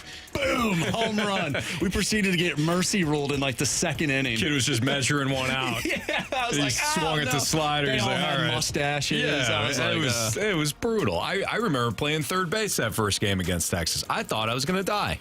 The hot corner. Yeah, I was playing on the outfield grass. Yeah, our third baseman didn't have to worry about that because the balls were flying over his head, over the fence. The outfield was getting a lot of cardio. We played an international tournament. I'll never forget. It was in Montreal, and it was some Canadian teams, and then other teams. So there was a team from Mexico that came in. There was a team from Holland that came in, and there was a team from Taiwan that came in. And now it wasn't like the number 1 team that you see at the Little League World Series, but you're still nonetheless a pretty good players. And so against Team Holland, I was a pitcher or a catcher, depending on where my spot was in the rotation. So when I wasn't pitching, I was behind the plate. But I pitched the first game when it was nothing special, but we won the game. It was fun. I forget what the score was. I did okay. It was fine. And then I'm behind the dish. We're playing Taiwan as the next game. Oh, my goodness. My guy, Benny was his name. Benny the Jet Rodriguez. No, but he got rocked. And Benny could throw that thing, too. I mean, some heat. Every guy who stepped up there hit the ball. Like, it was nonstop. I was like, well, how are they even hitting this ball? Like, he was pitching it, like, in on the, like, almost hitting them, and they were turning on it and ripping it down first base or ripping it down third base. And I'm just, like, sitting behind the plate. Like, I haven't even touched the ball yet. You're doing great, Benny. You're doing fine, Benny. Benny lasted like 2 innings. Oh, man. Then Poor Benny. Oof, it was tough then. Nobody knows where Benny is now. You're right. I haven't seen him He got lost 30 years. He got real into the 70s, and no one's ever heard from him again. All right, guys. Are you sold on City SC hanging on to the top spot in the West? Absolutely. Yeah. It's gonna take. Come on, man. Yeah. All right, I don't want to rip a bunch of kids by saying I'm not going to watch their games. Take it easy. These are grown men, Anthony. I was talking about the Little League World Series. Oh. But yes, I think that St. Louis City SC is going to hold on to their top spot. You do. Klaus is back. It's going to take a little time for him to work up to speed. It's going to take a little time to iron out some of the things offensively. But they're going to be right back into it. Yeah. Rough loss last Saturday night, but well, it sure was. Let's see. LAFC is a really good team. They're right on the heels of St. Louis City SC. What's your point, Jim? Well, how many games do they have left? Like 12 or something like that? Sure. 13? Yeah. 12 or 13. Yeah. I mean, I think they hang on, but it's going to be close. It's going to be a tough one. They got to play better than they did the other night. I agree, but I believe. Doesn't sound like Jamie believes. Well, the problem I'm having is they're giving up way too many opportunities on goal. Roman Berkey's had a great season, but it seems like if Roman Berkey doesn't make 6 or 7 saves, they're screwed. And he will. And even the game where they won 6-3, Roman Berkey had to make like 17 saves. Yeah. It's just a lot. It is a lot. It is a lot. Yeah. But, at some point, you got to believe that you got the best keeper in all of the land. We do. Do you think they have that sign above their, they walk out onto the pitch? Do you think they have a believe sign above that? Ted Lasso style? Yeah. I don't think there's any question they do. You think it's ripped up? Oh. No, because they don't have a Nate Shelley ruining things. That's fair. Because, He's got dad issues. Yeah. He can't tell his dad to blank off. Just back off, man. Well, you know what Let me happens. do my thing. You know what happens when you tell someone to blank off? If I'm behind the bar, yes. Okay, Marsh, but let's not bring that up again. Apparently, I might be on some list now. So it's possible. I was kidding. All right. All right. Who's your letdown team this year in college football?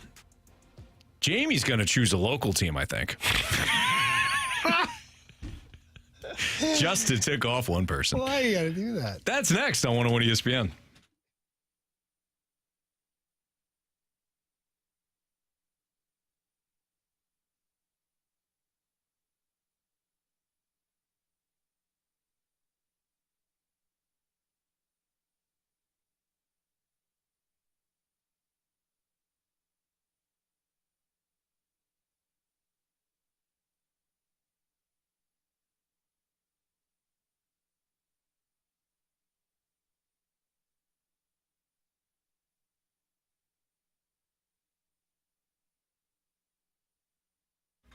Fellas, are you currently paying too much for your ED meds? Stop the craziness. Don't do that. Head over to the medicine shop in St. Charles. They're your destination for cheap ED meds.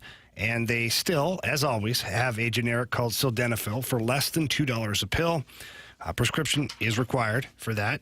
They got the full pharmacy as well, too. You get down there and see everybody. Tell them Jamie Rivers sent you in. If you have any questions regarding whether it's, cold or there's allergies, a sore ankle, or if there's a first aid ointment that you need, they're going to take great care of you. They treat you like family. And that's why I keep going in time and time again, because they're awesome. They do a great job of making sure that I stay healthy and that I have everything that I need. One great feature from the medicine shop in St. Charles is that they have free discreet shipping and delivery of your medicines to your home or your workplace. And that becomes very handy. And when schedules get busy, even in the wintertime, you have a lot of stuff going on. There's after-school activities. There's so much going on. You can get your medicine delivered to you. It's fantastic. And that's the medicine shop in St. Charles. So please get in there, visit them in person. If you can't do that, visit them online at stcharles.pharmacy. That's stcharles.pharmacy.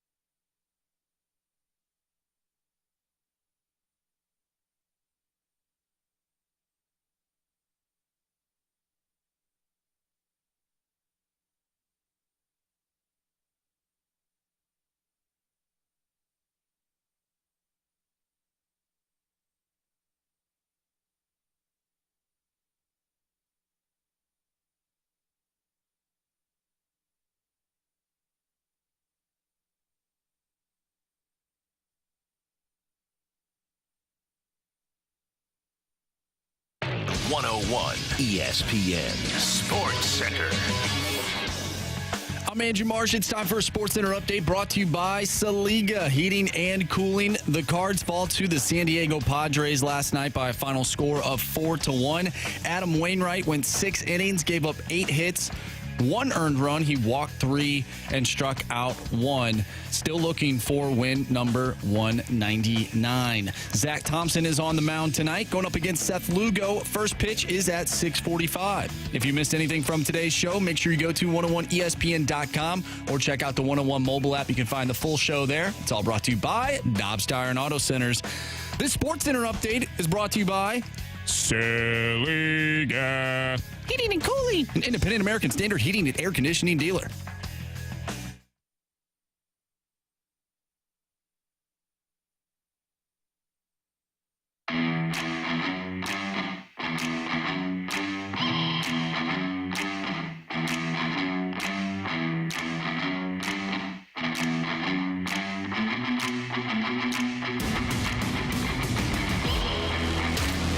Yesterday, we were having the conversation. It was brief. I mean, we could dive back into it, but we were having the conversation about whether or not Caleb Williams can go back-to-back Heisman-wise. Only player to ever do it was Archie Griffin in the 70s. I think it's the reason why it hasn't been done, and we have seen some unbelievable athletes win. You know, Johnny Manziel won as a freshman. Tim Tebow won, I believe, as a sophomore, and he came back multiple times. So we've seen guys that were good enough and won one early enough in their collegiate career to win again, but we just haven't. I think it's going to be difficult. I think that whenever the bullseye is on your back for a second straight time and expectations rise and you're a college kid and you knew what it took a year ago, all the work that you put in, you're trying to duplicate that on top of having high expectation. I just think it's difficult.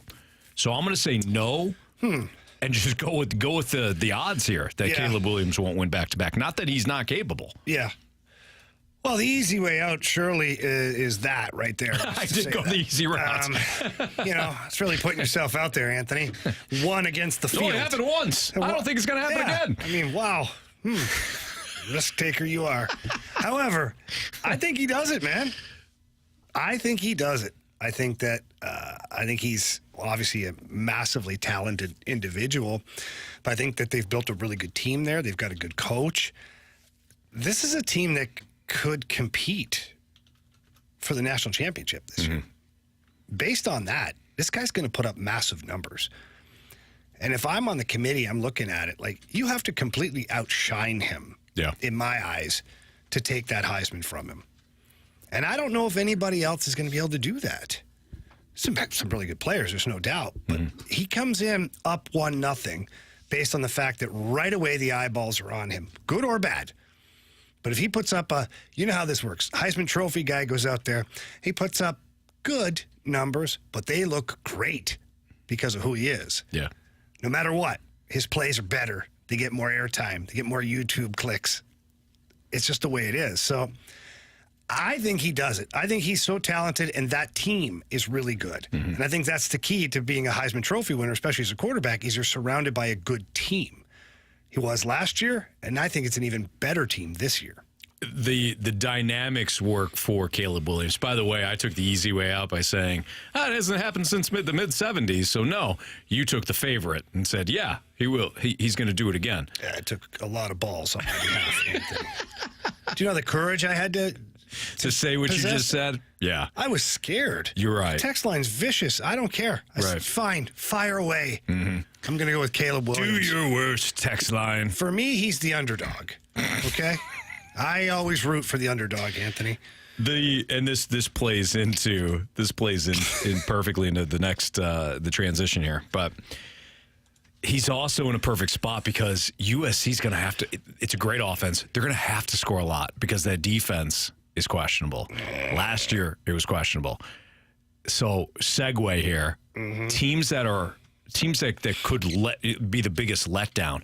There's a lot of people that feel like USC is overrated. What? Because of that defense. Now, I go the other put route. up 50 points a game, you're probably gonna be okay. You're gonna be okay. You're gonna be, but a lot of times you're outscoring, and then with that one time the offense just gets out of rhythm a little bit, and that defense can't come up with a stop, and USC winds up with 1 or 2 losses, and there you go. That's their season. But they had so many transfers on the defensive side of the ball this summer. I actually think they're going to get better as the year wears on. You're not dealing with the same defense as last year, but the chemistry could be off for a month or so as those guys gel. I think USC is going to be a better second half team than they are a first half team, and they're still going to put up big time points and numbers in the first half. Which is fine because they have a lot more blood donor games to start the season. Right, absolutely, and most teams do. All right. Other possible letdown teams this season. Okay. For me, it's Oklahoma. Brent Venables. I loved Brent Venables at Clemson. Defensive coordinator, winds up going back to Oklahoma. They were 6-7 last year. 9 losses, coming closer to 9 losses in their preseason number 9 ranking. This season, expectations are sky high. But I don't think that Oklahoma is significantly better than they were a year ago. I look at that team and I see too many issues. I think they'll be fine. I think they'll be fine defensively, but I think they got too many offensive problems to make a lot of noise this year. And I don't think that anybody's saying Oklahoma's a national title contender. But no, their pre-ranking here is 20th. Yep. I think that's accurate, despite the fact that everybody's like, they're kind of. Where were they last year? I think they're 9th. Oh, so they've dropped. Yeah. So you have them dropping even more. Yes. The double drop, unheard of. I think they're gonna struggle. Wow. And I think Brent Venables, there's gonna be a lot of question marks. I did not anticipate that. Okay. Interesting. I think Texas is the team to stumble. Just because they always do. Kind of, yeah. Yeah. Kind of. I thought about them. Talented, loaded with talent. I just think that they're going to stumble. They're going to get that 2 losses somewhere too early in the season. They're going to find themselves way down mid to late 20s in the rankings, and that's the way it is. They're screwed at that point. Mm-hmm. The other team I think a lot of people are mentioning, and it's almost this. It's become this rite of passage now, where you say Alabama. Alabama's going to be overrated this year. They've got problems at the quarterback spot. I refuse to do it though. I refuse to say that they're overrated. I refuse to say that they're going to stumble. I know that they've got question marks at the quarterback spot. We're talking about Alabama and Nick Saban and his ability to recruit and to get the best surrounding cast around his QB. And this is somebody that in the past, he always had game managers at the quarterback position. And in the SEC, you're going to win with defense and you're going to run the ball. And then when the SEC started to spread everybody out because of Florida, he knew he had to adapt. So he brought in the spread concept. And then Lane Kiffin was able to do both. If you remember the Alabama-Mizzou, and I'm sorry to bring this up, Mizzou fans, but if you remember the SEC, the second SEC title game for Mizzou against Bama, Lane Kiffin, it was remarkable the way he went pro style one series. Next series, he spread everybody out. Next series, he went pro style, and they just went up and down the field against Mizzou. My point in this is that regardless of who, it doesn't matter who the quarterback winds up being, Nick Saban will put that QB in the best possible situation to succeed, and he will be surrounded with talent. Well, the offensive line, too, for Alabama is like they're all NFL starters. Absolutely. Basically. Yeah. And the center probably has got, a 7.0 GPA. That's just that's what Alabama does. They're phenomenal. All right, we got a very interesting mic drop about pitching in today, like Major League Baseball pitching, and the one of the things that might be kind of eroding the starting pitcher that really we haven't talked about that much. So fascinating mic drop. We'll get to that next on 101 ESPN.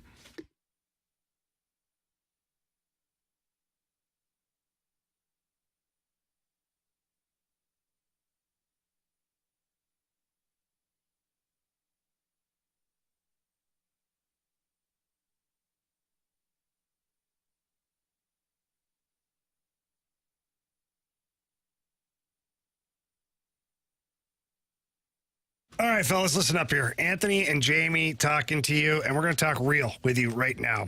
As a man in his late 40s, I know that I was experiencing fatigue, anxiety, some depression, all of these things, and I couldn't figure out why. I'm at the gym, I'm trying to work out, trying to work my way through it. It just wasn't working. Then I discovered Mentality. And I dropped in and said hi to the people over at Mentality, and the board-certified physicians were amazing. They asked me questions about how I was feeling, and then they offered comments, and then they did a blood panel, and I found out I was low in testosterone, as well as other vitamins. And fellas, let me tell you, what a world of difference it can make in every aspect of your life, everything. Well, Jamie, you had told me, you're like, hey, listen, I've been going to Mentality. I feel great. And I could see it within you. I could see the change. I could see your mood. You know, you're always somebody that's fun and all that, but your mood was elevated. You were, working out consistently. You were motivated. You were challenging yourself again. And you had recommended, hey, go down with me. Just come in, see what they do. I was blown away with what they did. The board-certified experts, the panel, they're fantastic. The clubhouse, you remarked, hey, it's kind of a clubhouse feel. You walk in there, you know people, and they got 2 convenient locations for you. And if you're somebody that has been feeling down, or you're struggling, or you don't, you're not getting the workout in, you're not, basic stuff around the house winds up being a struggle, then you got to go check out Mentality. Yeah, and sometimes, fellas, in the bedroom ain't working quite right either. Mentality will help you out in every aspect of your life. And all you have to do is walk in, tell them Anthony and Jamie sent you, or you can visit them at lowtusa.com. Again, that's Mentality at lowtusa.com.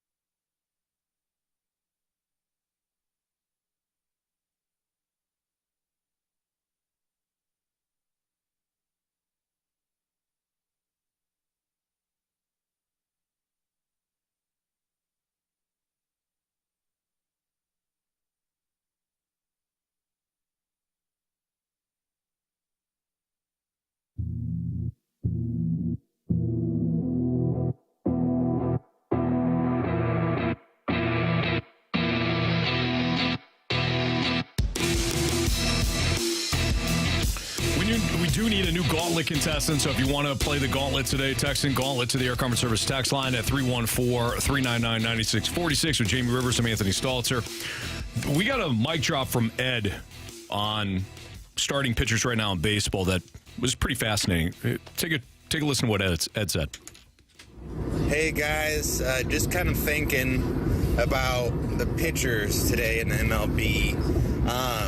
You think their baseball IQ is less than what it was in the past? Now, not saying they aren't athletic, because obviously they've gotten really good at throwing really hard, but with the pitch comm, with more coaches calling the games for you because of all the analytics and everything, calling the pitches, it's basically taken that out of the pitcher's hands. I mean, you had Yachty doing it for years here in St. Louis. You didn't have to worry about the pitchers. But do you think that's become a major issue? I mean, they're all smart enough to be in the majors, but if they don't know how to pitch, then that's a lot of money for just one big dumb guy. I don't know about one big dumb guy, but Ed does bring up an interesting point here. Let's think about just technology overall, Jamie. Technology allows us to do things. Some technology allows us to do things quicker. You know, computers allows us to process. We don't have to process the information. The computers do so, assuming that we're putting in the right data. Calculator saves us, time when it comes to math. I mean, they're using a GPS. We used to have to print out the MapQuest instructions and print it out and follow it that way. Now we got GPS in our map book, or the map book, I should say. When I was driving, we had MapQuest. Driving Atlas was my best friend. Yeah, so you had maps. Yeah, right. I should have started with that. I was kind of referring to my driving, but while technology has certainly saved us time and saved us frustration, I wonder in this case if baseball teams have inadvertently cut corners with their pitchers. Ed's right. They got the pitch comm. We know that front offices are running baseball teams. Mm-hmm. And with front offices running baseball teams and choosing managers to implement what the information they're getting from the front office, they're there and they're in control of the pitch comm and communicating with the catcher to communicate with the pitcher. Maybe that feel for pitchers has been lost over time now. Not for every pitcher. Not maybe. It has. Oh, it's happened. The pitcher doesn't have to think anymore. Yep. Like the old guards still do. You watch guys like Waino and some of the guys, the veteran pitchers. I'm sure Max Scherzer, Justin Verlander. These guys are working through every at bat, and their database and their brain is calculating where the pitches are being successful, and like all the little nuances that they've had to pick up throughout the course of their career. They're still using that. Mm-hmm. Young guy coming in doesn't have to. The scouting report says this. So this is what we're going to do. And then as far as calling the game goes, well, you got that little machine on your leg. You just hit the button. It buzzes in my ear, and I know what we're calling. That's it. I don't really have to have a feel for it. If the guy gets a hit, it's not my fault. It's they're calling the pitches. It's their data. That's did I locate it? Maybe not as great as I could have, but that was the call. Mm-hmm. You didn't have that before. You had catchers calling the game, doing the signals down, the fingers, 1, 2, whatever it was, inside, outside, and then the pitchers would adapt every single time to each batter. It would be a different strategy of attacking them, changing the speeds, changing the levels. Yeah. All of that stuff was the pitcher and the catcher figuring it out. That's why the battery was so important for so many years. And watch Waino and Yachty. Like, those guys were old school. Mm-hmm. They figured it out on the fly, and if something wasn't working 2 pitches in, they changed direction. Sure. And started to go with something different. You don't see that now. The reluctance to change on the fly is absolutely there by the players. Why? Because the manager is calling the game, along with the front office with their scouting report and the analytics, tells you not exactly what you're going to do every single time, but here are the options that work. Mm-hmm. And if you decide to go rogue because you're trying to use your baseball IQ and things go sideways, well, you better believe you're in for it at that point. And as much as I have enjoyed watching today's game now with the pitch clock and the way that the flow of a game, you could go to a game now and it's 2.5 hours. You watch a game, it's 2.5 hours. I have enjoyed that. I enjoy the flow and the tempo of a game. But with the pitch clock, that also has to be factored in, too. You almost have to make quicker decisions. Yeah, but I'm going to push back on that. Pitcher's up on the mound. He shakes off the catcher a couple of times. You're screwed. No, then guess what? At that point, you throw what you throw. I mean, it's no different than, like, okay, there's no pitch clock before, but in essence, like, you would have to think faster. That's all there is to it. You don't have a chance to shake off 2 or 3 pitches. The catcher at that point, you got to trust him. You're one sign in, you don't like it. He drops another sign, you don't like it. Well, too bad. You better trust the catcher at that point. Mm-hmm. That's why that relationship is so important. That's why having a catcher that can call the game properly used to be so important. Yeah, very true. And I think that the players would adjust. So although there's a pitch clock, you don't think Yachty would adjust? No, he would. You don't think Waino has, but like, yeah. I'm just using them as an example of a battery that would adjust. Then maybe it gives them kind of another out. Like, okay, well, hey, I've got to work quickly here. Just whatever. Tell me what to throw. Yeah. Sorry for the cross sport analogy here, but I also think about this with football and quarterbacks. We often have the conversation about why hasn't the talent translated from the college game to the pro game a lot. You talk about like C.J. Stroud, for example. C.J. Stroud was the second pick off the board, or the third, or whatever it wound up being for Houston. I think it was second. So C.J. Stroud goes to Houston. Bryce Young goes to Carolina. 2 guys, decorated collegiate careers, good players, top picks. Bryce Young was asked to do more in Alabama's offense than C.J. Stroud was asked to do in Ohio State's offense. If you watch C.J. Stroud at Ohio State, he's looking over to the sidelines, he's getting his play call, and then he might have 1 or 2 reads, and then that's it. Bryce Young might be getting that same call, but he's processing the information. He's looking at the defense pre and post snap, which is vital in the NFL. He was being groomed to play at the NFL level. C.J. Stroud was being groomed to win games at Ohio State. There's a huge difference there. And obviously Bryce Young was also, he was trying to win games for Bama. But when you're not forced to read defenses in college, you're behind when you go to the NFL. You're behind with your processing. Mm-hmm. So I think there's a comparison there too. Young guys, technology, coaches, well, I'll just handle it. And then you're setting these guys up either for failure or you're not setting them up for success when they get to the pro level. And a lot of it's big money, right? These coaches are making $6 million, $7 million. They have to win. Pressure of the program. Coaches back in the day had to win too, though. It's all relative. You're right, but the game was a little bit different. Like the NFL refused for a while to go with the college concepts.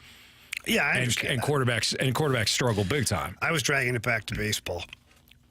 Meaning that the managers, still their job was to win games. Sure. Whether they've got the pitch clock, the pitch comm, or they actually have trust in the catcher and the pitcher to figure it out. Mm-hmm.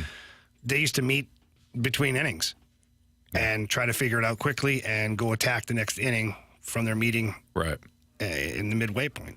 Yeah. This might be one of those areas where the game has lost a little bit of its feel. All right, we got the Gauntlet next on the Fast Lane on 101 ESPN.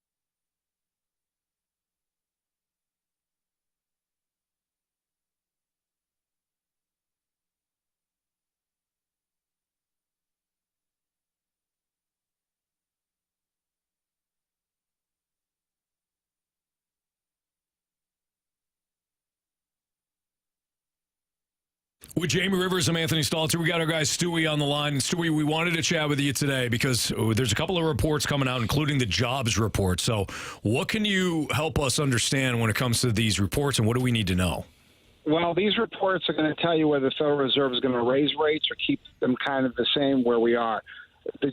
today's jobs report some indication that there's more weakness in the economy in the job sector, so that's a good sign for interest rates. However, Thursday, Friday, two big reports: a CPE report, that's an inflation reflection report to see where inflation is, and the August jobs reports. If both these reports show positively both inflation dropping and that jobs are not being created and things are kind of quieting down, we'll see some stabilization and maybe even a little bit of a drop in interest rates.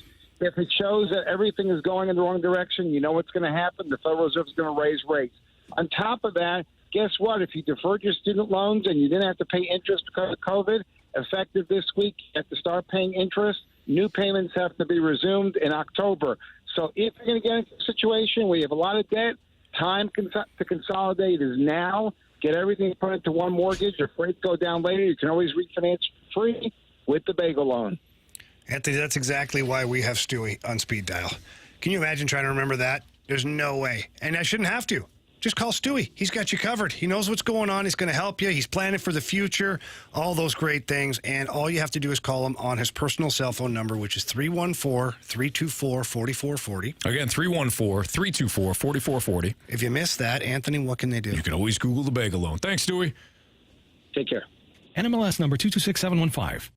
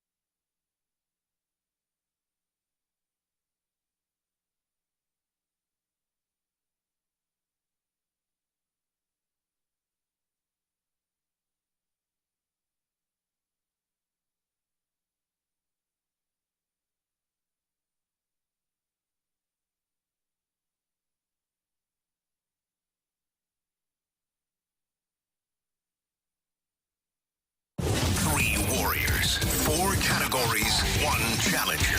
Can you master the Gauntlet?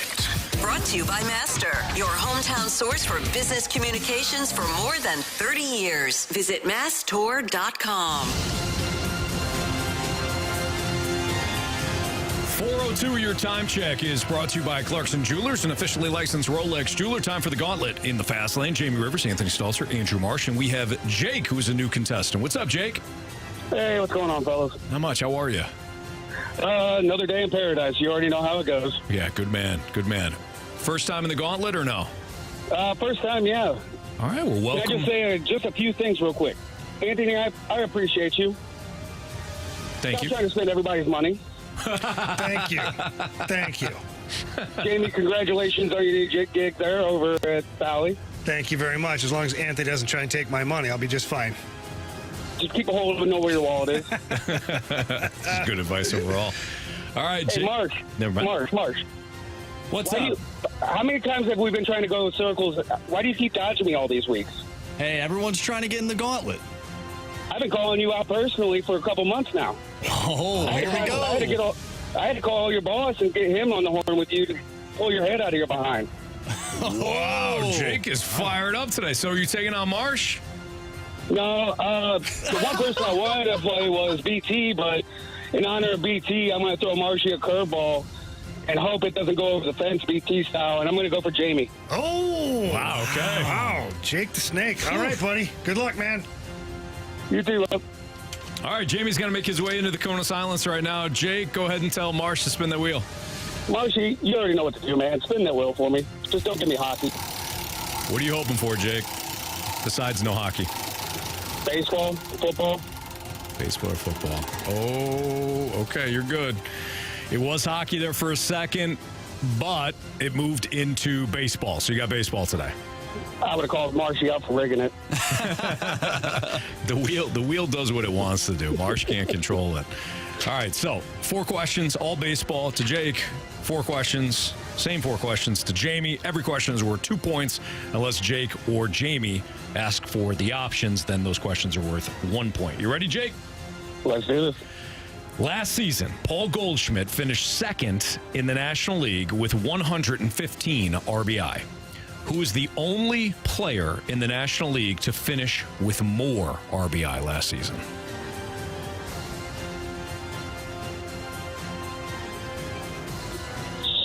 I already hate myself. Can I go ahead and get the options? Nolan Arenado, Pete Alonso, Matt Olson. In the NL or overall league? In the National League. Arenado, Olson, Alonso are your options. Let's go Pete Alonso. Final answer? Yes. Question number 2. Name every Cardinals player to reach the 20 home run mark so far this season. Do I write these questions again? That'd be Grant. Go figure. All right. We got Nolan Gorman, Nolan Arenado, Paul Goldschmidt.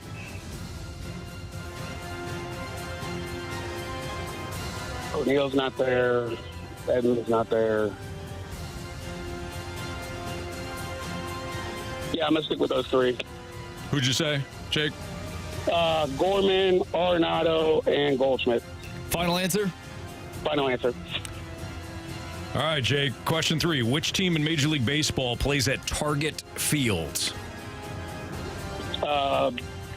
Minnesota Twins. Final answer. In question number 4, who leads the Toronto Blue Jays this season in home runs?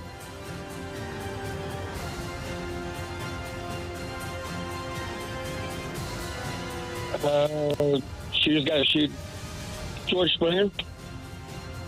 Final answer? Final answer. All I don't right. like that one. We'll bring Jamie back right now from the cone of silence. How do you feel overall? Not great. Not great. Okay. Jamie walking back in from said cone of silence. Lets the door slam. Yeah. Letting everybody know he means business. Learn from the best. Yeah. Come on, Jamie. All right. How'd Jake do here? Go ahead, Marsh. Tell him. Jamie, you're going to need to pack a lunch. Pack a second one. Ooh, Jakey. Jamie. Yeah. Your category is, yeah, as it always is, baseball. Yes, I love baseball. Baseball. I just convinced myself of this stuff. I love baseball. Are you ready? No. Okay. Question number 1, Jamie. Yeah. Last season, Paul Goldschmidt finished second in the National League with 115 RBI. Who is the only player in the National League to finish with more RBI? Manny Machado. Final answer. Question number 2. Name every Cardinals player to reach the 20 home run mark so far this season.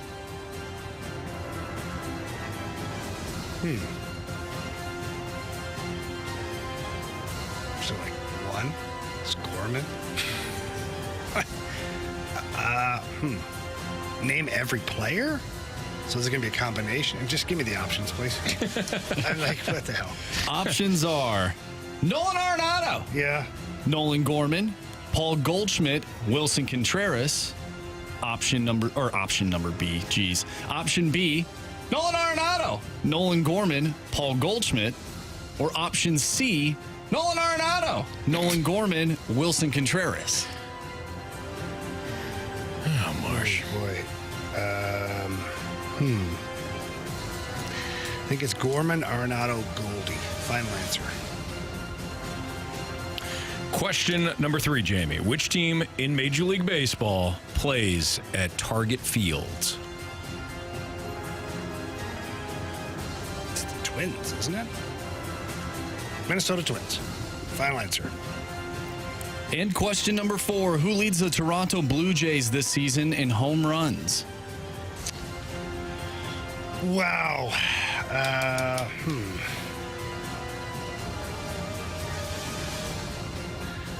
Obvious one is Vlad Guerrero, but I'm wondering if it's too obvious. Springer headed for an absolute drought for a while there. Bichette's been hurt. Trying to go through the rest of their lineup. Paul DeYoung no longer there, so I can't get past Vlad Guerrero Jr. Final answer. All right, let's go over these today. Jake versus Jamie. Jake not feeling confident despite the smack he threw at Jamie. Oh. Jamie just threw his pen. Yeah, I'm not happy either. Let's go over these. Last season, Paul Goldschmidt finished second in Major League Baseball. In the National League with 115 RBI. Who is the only player in the National League to finish with more RBI? Jamie, you said Manny Machado, and you said it with incredible confidence. Wow, not really, just a guess. You said it with incredible false confidence. He was not an option. We know that because Jake took the options, and he went with flock of seagulls, Pete Alonso.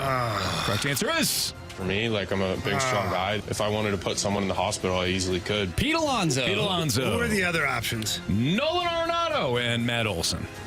I would have taken Alonso. Jake up 1-0 on Jamie. Idiot. You're all right. I'm not. Name every Cardinals player to reach the 20 home run mark so far this season. Jake, you went with Arenado, Gorman, Goldschmidt. Jamie, you went with Arenado, Gorman, Goldschmidt. Correct answer is Nolan Arenado, Nolan Gorman, and Paul Goldschmidt. But Jake did not need the options for that. Jake is now up 3-1 on our guy Jamie. Not great. Which team in Major League Baseball plays at Target Field? Jamie, you said the Twins. Jake, you said the Twins. Correct answer is... It's the Minnesota Twins. Neither of you needed the options on that one. I'm getting crushed. Jamie with 3. Jake with 5. Who leads the Toronto Blue Jays this season in home runs? Jamie, you said Vladimir Guerrero went kind of through the roster, thought about Paul DeYoung for a second, and you landed on Vlad Guerrero Jr. Yeah. You also did not use the options. Jake went with George Springer. If Jamie's right and it's Vlad Guerrero, we've got a walk-off. Oh, boy. If Jake is right and it's George Springer, Jake routs Jamie. The other option, you guys didn't take him, but the other option is Bo Bichette. If it's Bo Bichette, Jake also wins. Not Bo Bichette. Jake. Walk it off. I knew it. You're heading for a walk-off. It is Vlad Guerrero Jr. That is the answer. So 2 points to Jamie there. Jamie with 5. Jake with 5. We go to a walk-off. This is how it's going to work. Closest. Hey, Jamie, how's your butthole feel? Well, I don't know. I think it feels pretty nice. Jake. Thanks for asking, though, Jake. Keep it radio-friendly for a second. All right, Jamie, you're going to write down your answer. Jake, you're going to hold off on your answer. And once we get an answer from Jamie, Jake, we'll ask you, and then we'll go from there. Closest to the pin wins. Jamie, are you ready? No. Okay. Here's your tiebreaker question. Yeah. How many RBI did Pete Alonso finish with last season to lead the National League? How many RBI did Flocky Seagulls himself, Pete Alonso, finish with last season to lead the National League? Jake, what's your answer? We got Jamie's. 121. Wow. How many RBI did Pete Alonso finish with last season to lead the National League? Jamie, you wrote down? 124. We know that Jake went with 121. You guys were both pretty close. Jake. You have chosen poorly. Jamie was closer, though. The correct answer, Marsh? 131. 131. Jake, you were 10 off. Jamie, you were 7 off. Epic finish there. Neither of you with the stupid answer of how many games did Jaromir Jagr play in his career and go with 3,000. You guys were right there. Jake, I'm sorry, man. I don't remember a lot of guys that finished with 5 points and got really close in the tiebreaker and still lost, but that's why you don't try to go toe-to-toe with Jamie right off the flip. Yeah, Jamie came out swinging. So, Jake, thanks for listening, man. Thanks for playing. I'll come back for you later, Marsh. All right. All right. You had your chance. Take care, buddy. See ya. Later, guys. All right. That was fun. Good stuff. Jamie, nice job, man. That was close. I mean, you came out of the gates firing with Manny Machado. Oh, man. You know Not what I was even an thinking in my option. head? And then you clean the board. But in my head, I was like, Manny Machado was right there for the MVP the whole year with Goldie. Yeah. I know Arenado was right there, too, but I knew Arenado didn't have as many RBIs as Goldie. Mm-hmm. So I was like, oh. Nice work, man. Idiot. Apparently not. Nice job. Okay. That was the Gauntlet in the Fast Lane on 101 ESPN. I think somebody on Twitter threw this at Randy, threw this question at Randy, which I thought was interesting. How can the front office sell next year's team to the fans with this effort that we're seeing? Pretty good question. We'll talk about it next on 101 ESPN.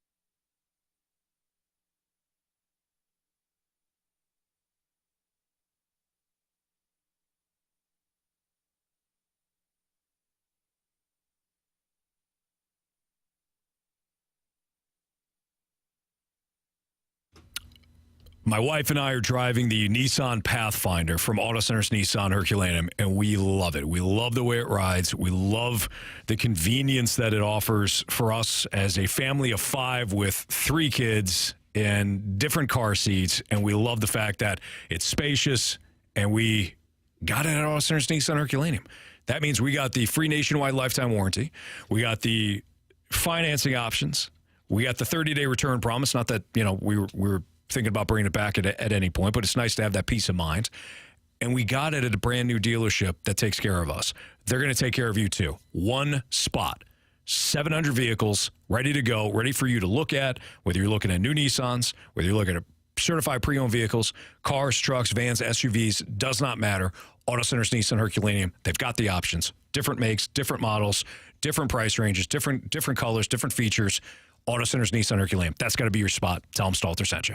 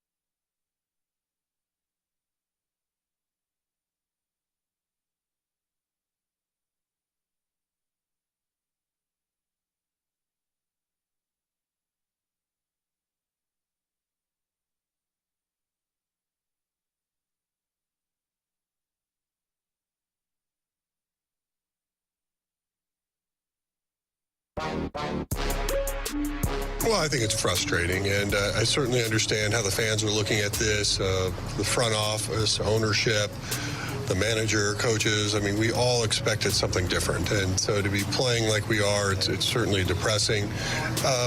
And you can define it a little bit in the sense of, like, obviously at the trading deadline, we traded some guys that were contributing away from this club.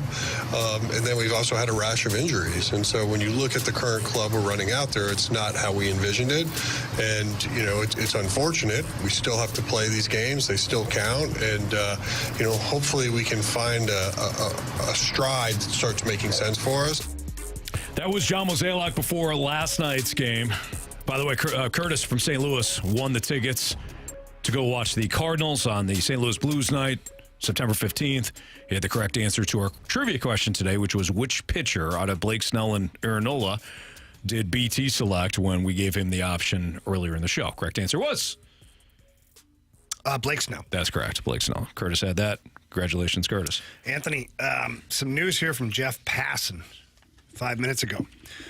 The Los Angeles Angels have placed starter Lucas Giolito, relievers Matt Moore, Reynaldo Lopez, outfielders Hunter Renfroe, and Randall Grichuk on waivers. Mm-hmm. I wonder if this is just a salary dump, or it's an opportunity for these players. It's like kind of, hey, listen, it's not working out here. Go for it. Have an opportunity to play for somebody else. You at least get some trade value. So let me ask you this: should the Cardinals go pick up Lucas Giolito right now? Sure, why not? But honestly, why wouldn't you? What? So the biggest thing that the Cardinal front office believes is the Cardinal way, and all we have to do is get him in the building.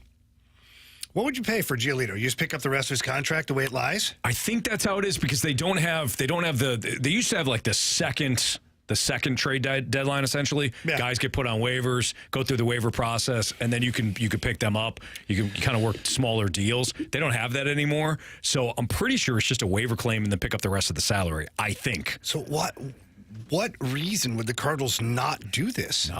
Well, okay, there is one reason. What? You're trying to take a look at some of the guys that you have. Yeah, you're trying to take a look at this guy too. You asked for a reason. I gave you a reason. I know, but I'm sitting here going, okay, so you teased, how can the Cardinals sell us on this team moving forward with this effort? Oh, Jamie, that's good. Here's how we sell the fans on this team. That's good. Seriously, though. Yeah. You bring in a guy like Lucas Giolito for the rest of the year. He gets X amount of starts for you, whatever. The fans get a good look at him. He gets to play here in Cardinal Nation. And you float him a contract extension offer if he pitches well. So there's that one pitcher that you can now cross him off.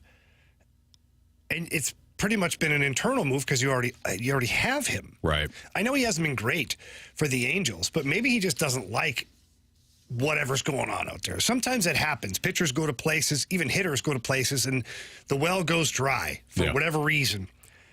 I honestly have no idea why the Cardinals would not put a claim in for him right now. So some more news here. Alden Gonzalez, ESPN baseball reporter, says that the players can still be postseason eligible when claimed.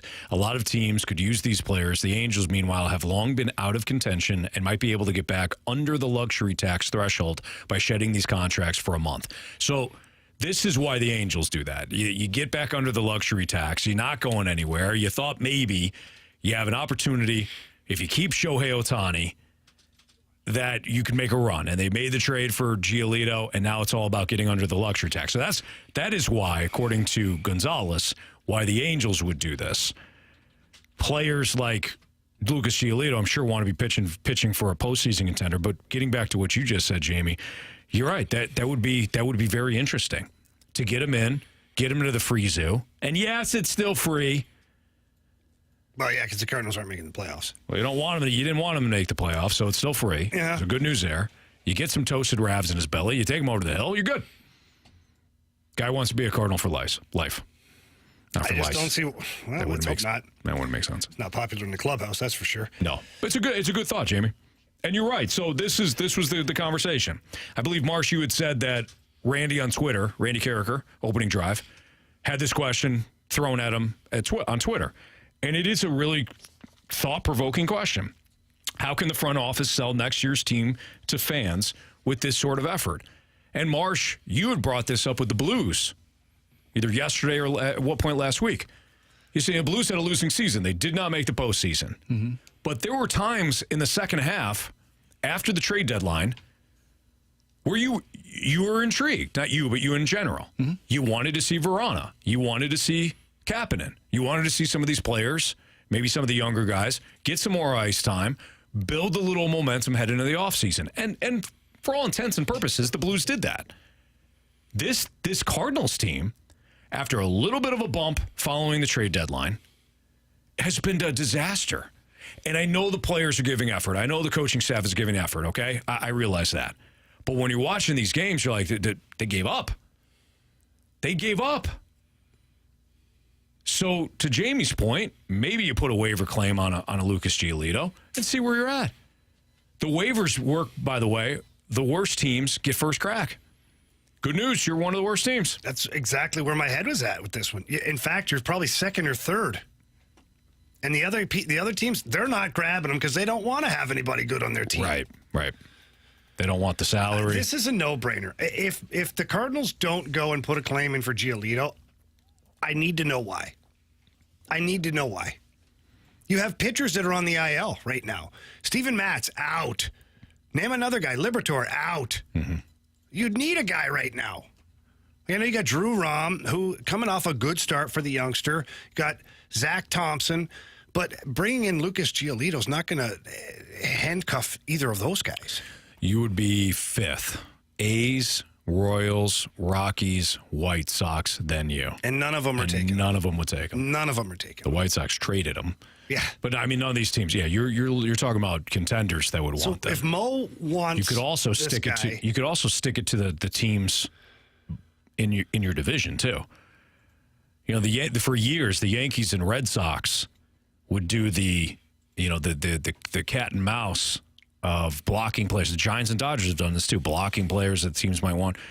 I mean, you could stick it to the Brewers if they put in a waiver claim. You could stick it to the Cubs. I don't even care about that. I'm adding on to it, Jamie. It doesn't have to be Holy spiteful. smokes. Not everything has to be like spiteful, Anthony. Okay, let's just go with your idea. No. It sounds great. Well, you're thinking the same thing. It's just your reasoning is different than mine. I was adding on to it. Yours is like to spite your division guys. Mine is because I'd like to actually see this guy pitch and maybe he can be a Cardinal. I was just adding some chocolate sauce to the ice cream, okay? And I appreciate when you do that. It doesn't always have to be that. You know, the ice cream's good. I get it. It's good as is. But a little chocolate sauce from time to time. That's all. Sprinkles. No sprinkles. They taste like chalk. I hate chalk. I hate chalk. I hate. You hate RL chalk? I hate sprinkles. The hell? My daughter Madeline loves sprinkles. She puts it on puts sprinkles on her ice cream. She puts it on their pancakes. The load of sprinkles. What about like crumbled up Oreo cookie? Yeah, now we're talking. I'm in. Yeah, Basically I'm in anything. on that too. Anything but sprinkles. Okay, take away the sprinkles. Thank you. My God, I can't be the only one that doesn't like sprinkles. Yeah, you know what? The more I think about it, I'm not too big on sprinkles either. I like the sprinkles. I don't hate them, but I never get them. Okay, do you like it because from a decoration standpoint? No. Like, oh, sprinkles, it looks good. I like but from a lot an of actual chocolate taste, sauce and then the sprinkles mixed in with the chocolate sauce. The sprinkles don't actually taste like anything. They taste like chalk. Anthony, I don't know what chalk you've been eating, but apparently it's gotten to you. Yeah, I know. Back in the day, kids were actually drawing on the pavement. Anthony was actually eating. He was eating the chalk. He thought the different colors were different flavors. That's right. Yeah. Oh, this is his favorite flavor was the watermelon. Must be blueberry. Here, have a red apple, Anthony. Anthony, don't put that in your mouth. Interesting. Well said, Marshy. Well, chalk. Yeah, of course. Anyways, so good thought process on that. Yeah. Moving away from like the Giolito conversation. How else are you going to sell the fan base right now? They have tuned out. I don't blame them. They've stopped going to the ballpark. I don't blame them. Mason Wynn, him coming up, that was a little bit of a bump for you. But at some point, you got to win games. Winning is the only thing that matters. Really. We could talk about the process. We could talk about building something. All of that matters, trust me. But when it comes to fan interaction and fan interest, it is only about wins and losses. Even this team, if it were to get with nothing on the line, if it were to get hot, and some of these young guys get hot, I think there would be a little bit of an interest. Outside of that, why should any Cardinals fans tune into this? See your team score 1 or 2 runs, get its ass kicked? No, thank you. No thanks, Jamie. I'm not signing up. I'm signing up for that or sprinkles. I'm signing up for if they pick up Lucas Giolito. I'm going to show up to the ballpark to watch him pitch because I want to see if the juice is worth the squeeze. Sure. I like it. They're not going to do it. NFL 4 Downs next on 101 ESPN.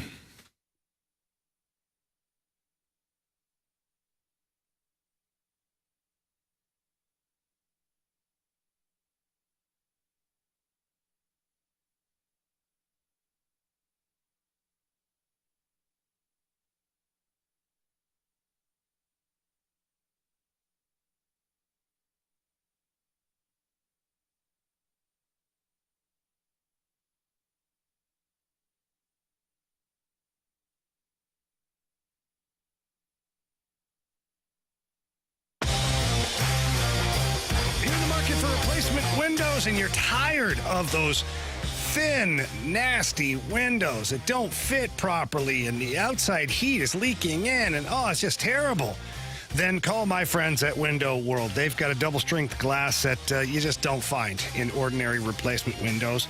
And not only is the glass great, so is the warranty. You get a lifetime warranty that covers all parts, glass breakage, and labor. And don't forget, they're ranked number 1 in number of windows sold in the country by Qualified Remodeler magazine. They also are still running a special for you. That special is 18 months, same as cash financing with approved credit. And I can tell you that once they get to your home, they get, first of all, a free in-home estimate. And then they measure everything properly, and your windows are custom ordered to fit every opening that you have in your home so that the windows fit airtight and you're not going to have to shimmy them around and things like that. Window World does it right. From the beginning to the end, they make sure that you are completely satisfied. So please give them a call. Tell them Jamie Rivers sent you in. That number's 314-993-1800. Again, that's 314-993-1800, or look them up at windowworld.com.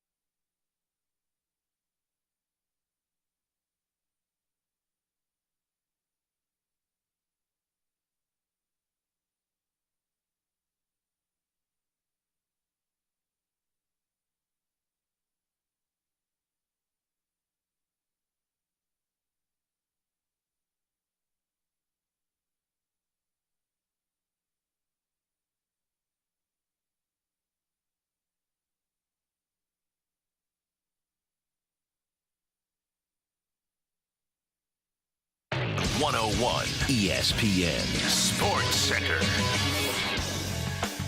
I'm Andrew Marsh. It's time for a Sports Center update driven by Johnny Londoff Chevrolet and Johnny Londoff Autoplex. The Cards lose 4-1 last night to the San Diego Padres. Adam Wainwright went 6 innings, gave up 8 hits, 1 earned run. He walked 3 and struck out 1 as he's still looking for win number 199. Zach Thompson on the mound tonight for the Redbirds going up against Seth Lugo. 6:45, first pitch. If you missed anything from today's show, make sure you go to 101ESPN.com or check out the 101 mobile app. It's all brought to you by Dobbs Tire and Auto Centers. The Sports Center update is driven by Johnny Londoff. Find new roads and shop 24/7 at Londoff.com and LondoffAutoplex.com. Are you kidding me?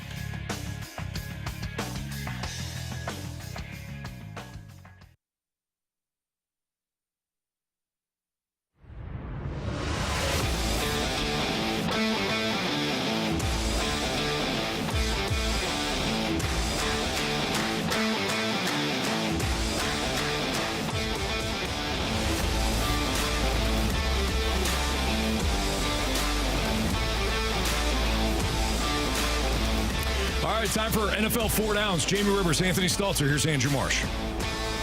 First down. All right, gentlemen, Jonathan Taylor, who we talked about earlier in the show, is on the PUP list. Question for you guys is, will he actually play this season? I think that's the next question, because when you look at what the Colts did, Chris Ballard, their GM, he went to Jonathan Taylor last week, said, hey, fine, you're unhappy? We're going to give you permission to go seek a trade, but we want a first-round pick for you. So if you can get a deal done by the time that the rosters need to be cut down, which is 4 o'clock today, Eastern time, if you can get a deal done, bring it to us, we'll make the trade happen for you. It was a brilliant move because Jonathan Taylor was not going to get the offers that he was hoping for. No team was going to pay him top dollar coming off a down season and the fact that he's a running back. So Chris Ballard knew that Jonathan Taylor was unlikely to find something that was going to work, and that's exactly what happened. But to Marsh's question now, will he actually play? Jamie, I don't think he's got much leverage here. The Colts have already told him, we're not going to pay you. Other teams have now said, we're not going to pay you top dollar. What are you going to do? You're going to sit out? You're going to lose all this money for this season just to be in the same spot again next year? I think he's got to play. He's got to play well. And like these other running backs, you almost have to go year to year now, which is unfortunate for them. But if they want to play and they want to bank on themselves and want to get paid, I think that's the way they do it. Yeah, he's screwed. He's screwed. And the reason nobody traded for him is because it would have been a 1-year deal. So if you're going to, why would you trade for a guy that... 1 year and extend him, but no team was going to extend him. If you want to, but he wants big money. Yeah. He wants big money. So there's no way. Like, that's why the GM, he's such a, hey, go ahead. He knew. He knew what the market was out there. Mm-hmm. Nobody's stepping up to give this guy more money than the club's already been offering him. Right. I think he has no choice but to play for the Colts this year. Mm-hmm. No choice at all. And furthermore, the only choice he has after that is to play very well. Yeah. You want to keep getting contracts, you want to keep making money, keep playing well. The Colts also know they're in a lightning situation anyways, lightning in a bottle situation. They got a rookie quarterback in Anthony Richardson who did not play well last year in Florida, but he's got all the he's got the size, the speed, the athleticism, the arm strength, got all of it. He's going to need a year though. So they know they're probably going to have a top 5 pick next year. So Jonathan, you want to hold out?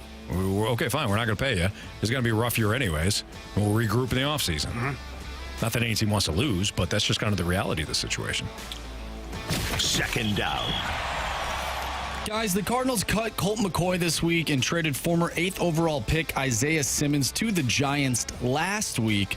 Could they be tanking for Caleb Williams? I think that's exactly what they're doing. What? I think they are tanking the Cardinals. The Cardinals, Anthony, they were have already Kyler bad. Murray already. They certainly do, Jamie. They certainly do. And they're bad. You need another one. They're bad enough to get that number 1 overall pick, and then they can either hold it for a king's ransom because Caleb Williams is going to be the pick provided he stays healthy, or they take him and they trade Kyler Murray and they get out of the Kyler Murray. Kyler Murray. Oh, there's a lot of dumb teams in the NFL, Jamie. You never know if they're quite that dumb. The Browns gave Deshaun Watson the biggest guaranteed contract in NFL history, and he had a bunch of stuff going on off the field. Yeah, you're right. That is. There's always a dumb team, Jamie. Peculiar situation, but I do think that Deshaun Watson's talent level far exceeds Kyler Murray's. Oh, that's true. I'll give you that. And Kyler Murray is making a pretty good chunk of guaranteed money on that contract. I just don't see anybody stepping up for such a massive question mark. He hasn't proven anything. He threw the Hail Mary to DeAndre Hopkins against the Bills a couple years ago. Do you remember that? I was very excited when that happened. Why is that? Well, I had Kyler Murray on my fantasy football team. There it is. Comes back to two things for Marsh. Fantasy football or video games. Yeah, that's true. Hey. It's very true. He's living right, to be honest. Marsh is living right. Yeah. They're tanking. I would absolutely be tanking to get Caleb Williams. The problem I have if I'm the Cardinals, where the hell do I send Kyler Murray? Because nobody's paying this money for him. Yeah, they'll figure it out. Maybe Tennessee? No. They got their guy. And, Will Levis. What about the Rams? They don't, though. The Rams are dumb enough to pay for him. Are they? Well, they Sean pay McVay for everybody else. Sean McVay. He'll probably retire, to be honest. No chance. Yeah, that's Sean McVay needs a quarterback that can run an offense. He doesn't need a guy that plays video games instead of looking at the game. You know what he needs is an offensive line. They need a lot. I don't know. I don't know who would be willing to take him. Third down. The Athletic posed this question. The Jets and Dolphins are built to win now, but which is in better shape for the next 3 years? I saw this question on The Athletic. I thought it was really intriguing. I would take the Dolphins. Aaron Rodgers is going to be there for 2 years. He's going to be with the Jets for 2 years. But I like the Dolphins coaching staff better with Mike McDaniel and Vic Fangio. I like their talent overall better. Tyreek Hill, Jalen Waddle. The front seven, as I mentioned yesterday, is the best in the AFC. I think it's the second best behind the Eagles overall. In 3 years, so you're going to lose some guys, but I think the Dolphins are set up better. Yeah, the Jets are going to be looking for a quarterback again in 2 years. That's the only thing right there for me is in 3 years. Well, maybe the Dolphins will too. Who knows? Well, yeah, but then I think the Dolphins are better equipped to bring another quarterback in. I think that Aaron Rodgers is going to be a bigger piece of the puzzle than Tua is. I agree. And respectfully, of course, I say that. So I think that's the bigger problem. So I would go with the Dolphins. And Mike McDaniel, too. If Tua, I hope he works out. I really do. I hope he's healthy and he plays well and all that. It's Mike McDaniel's offense. So he's gonna have a better idea of what kind of quarterback he wants as opposed to Robert Saleh, who's a defensive guy. And he's already changed his offense coordinator once. So I think it's the Dolphins.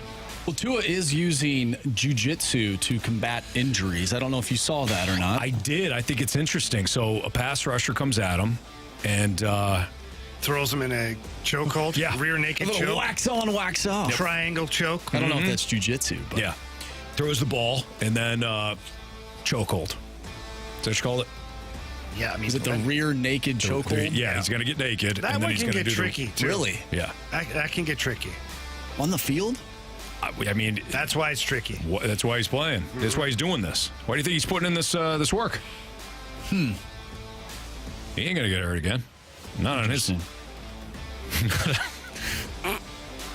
just gonna go to the next one. Fourth down. I was gonna say something else, but Which rookie first-round running back is in the better situation to succeed in 2023? Is it Robinson with the Falcons or Gibbs with the Lions? Oh, come on now. Jamie. Tell him. Define success. We're talking better numbers. More total yards. More total yards. I think Gibbs is set up. More touchdowns? I think Gibbs is set up better. Oh, go blank yourself, San Diego. Serious? Yeah. I think that... Are you just saying that because it's the Lions and you're trying to dig at me? No. Bijan Frise here, he's going to have a tough time. He's going to be the only thing available on offense, pretty much, because of that quarterback situation. He's going to get obliterated. This is not college anymore. I know he's got a pretty good offensive line, and hey, hat tip to them, great. they're going to have their hands full too. Every foaming at the mouth linebacker / lineman is going to be looking to leave a mark on this guy. I don't wish anything upon anyone as far as injury is concerned, but he's going to take a beating. I think the Lions are set up with a better offense to where Gibbs can get used, not as much, but have some success too. You hear this guy? Unbelievable. I'm a huge Bijan Robinson fan. Of course you are. I just drafted him last night. Yep, there you go. Come on, Jamie. He's not going to make it through the season. Yes, he is. No. Week 7, done. Look. They have 3 running backs. They can. Oh, they're not giving it to those other guys. Weave. Why not? They should. Tyler just set the franchise rookie record for them last year. Cordell Patterson was a superhero 2 years ago. Thank you. Also on my fantasy football team. Remember me saying it. Yeah, we will. Trust us. We will. I don't care. Bijan Robinson will finish as the higher fantasy running back. Oh, that's crap. Take your fantasy. It's the same, but it's the same idea. How are we going to measure the success? It's easy. Numbers, wins, team wins. It's all about the team, man. Okay. Talking about 2 individual players, though. Why are you getting individual? Because we just happen to mention only 2 guys there. And you know what? While I highly disagree with the idea of building a team and taking a running back in the top 10, Bijan Robinson might be a generational talent. This is unbelievable. The only problem he's going to have. Have you watched him? It is stupid to draft a running back in the top 10 right now. But that kid is going to play, man. That pivot. Every day for the last 4 years, all I've heard about is... Same thing. I just said it. That should say something. If Anthony, out of all people, is saying, but I don't like running backs. You know why it stinks? You know why there's the stench to this whole thing? What team is it? Well, it's Anthony's favorite team. Exactly. If it was any other team, they'd be idiots. Yeah, but the Falcons... Well, he should be more critical of his own team. They're on to something. No, he's not. He's not. He plays that game. He plays that game.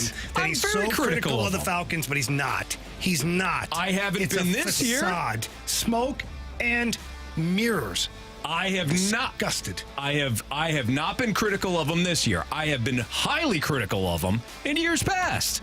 And it is their draft philosophy is stupid. They've taken a wide receiver disguised as a tight end, an actual wide receiver, and then a running back the last 3 years. That's no way to build a team. But this kid is good. Oh, yeah. See the way you can't even tackle him. Oh, yeah, he's Barry Sanders all of a sudden. He might be. Sure he is, Anthony. He might be. Disgusting. You disgust me. Sports Six Pack next on 101 ESPN.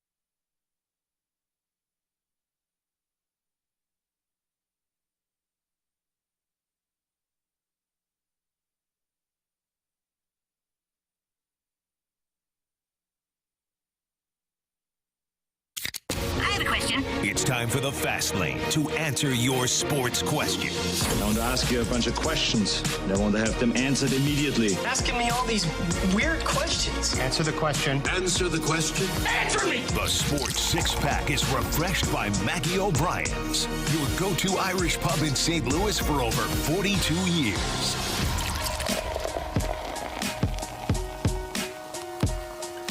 With Jamie Rivers, I'm Anthony Stalter. Is Andrew Marsh with your questions for the Sports Six-Pack. Question number 1.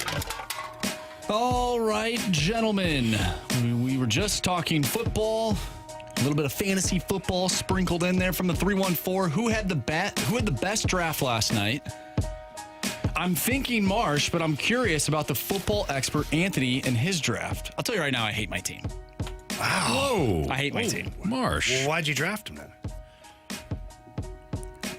I don't know. Okay. What He happened, seems Marsh? really defeated. Yeah. It was because I think you had an outstanding draft. Did you? Yes. I don't know. I don't like my quarterbacks. Who's your QBs? Well, it's Geno Smith and Derek Carr in the Superflex Fantasy Football League. Look, it could have been better. Okay. It absolutely could have been better. But your running backs are going to save you. Who are your running backs? I have Bijan Robinson. There you go. And Travis Etienne Jr. There you go. So you're set. You're going to win it all. No, I'm with you, Marshy. I don't like your team. Thanks, Jamie. I know you're the new football expert, according to the Air Comfort Service text line. By the way, you get signed up to play this year's Fast Lane Pick'em Challenge at 101ESPN.com. You can make your football picks each week and see if you can defeat the Fast Lane. That's us, as well as those guys down the hall there, the Rizzuto Show. Fast Lane Show throwing down all football season long in the Pick'em Challenge. Get signed up to play now at 101ESPN.com, courtesy of Bud Light. I think T-Bone won the draft grids, didn't he, Marsh? I don't know where. Who did T-Bone have? T-Bone has the. I'm looking at the first T-Bone, week. by the way, is Tanner Hendrickson. Yeah. The producer for BK and Ferrari. Formerly known and now currently known as the Tan Man. Ah, the Tan Man. We switched it up. Okay. Yeah. He's the T-Bone Crushers. And that's his team name. And now known as Tan Man. He's the T-Bone Crushers. He is projected 114.9 in that first week. I don't really like Yahoo, the league that we're using, but he has the best projections. Second best projections for week 1 is our guy right here, Anthony Stalter, known as Let's Get Nasty. Hey, listen. These are just projections, okay? We got an entire season. We're not talking about open heart surgery here. All right. Let's stop talking about the preseason. All right. You got it, Bill. Let's stop. We're not going to crown a champion today. All right. The worst projection would be Tim McKernan. Nice. Got a boy, Tim. Timmy, stay hot. Timmy. So, yeah. I am in that middling ground. You're going to be fine, Marsh. We're going to be fine. We're going to be fine. I just, you're going to win it all. A little mad at myself, but what are you Shouldn't gonna do? be. What are you going to do when you're drafting 13 out of 14? That was a tough draw. Mm-hmm. Jamie? Thanks, Jamie. You were there. Yeah. Question number 2. From the 314, with the news of the Angels releasing basically everyone they acquired at the deadline, what sports franchise do you think would be the most depressing as a fan? Oh boy, in all of the sports, let's give one for each team. One each for league. each sport. Yeah, and one for each league. Maybe one city too. Maybe we city. can crown a city. I think in baseball right now, it's the Oakland A's. You have, one, you could lose the team in a year. You could be looking at the Vegas A's. 2, they clearly don't care. They're putting out a AAA product. Like, we could go with the Royals. But the A's. Lower. The A's have got to be the saddest team right now. Saddest organization in baseball. Yeah. In baseball, that's an easy one for me. I'm with you, Anthony. The Oakland A's. Depressing. All right. What about hockey? I think it's Columbus. That's a good one. Poor Blue Jackets. They just take a beating.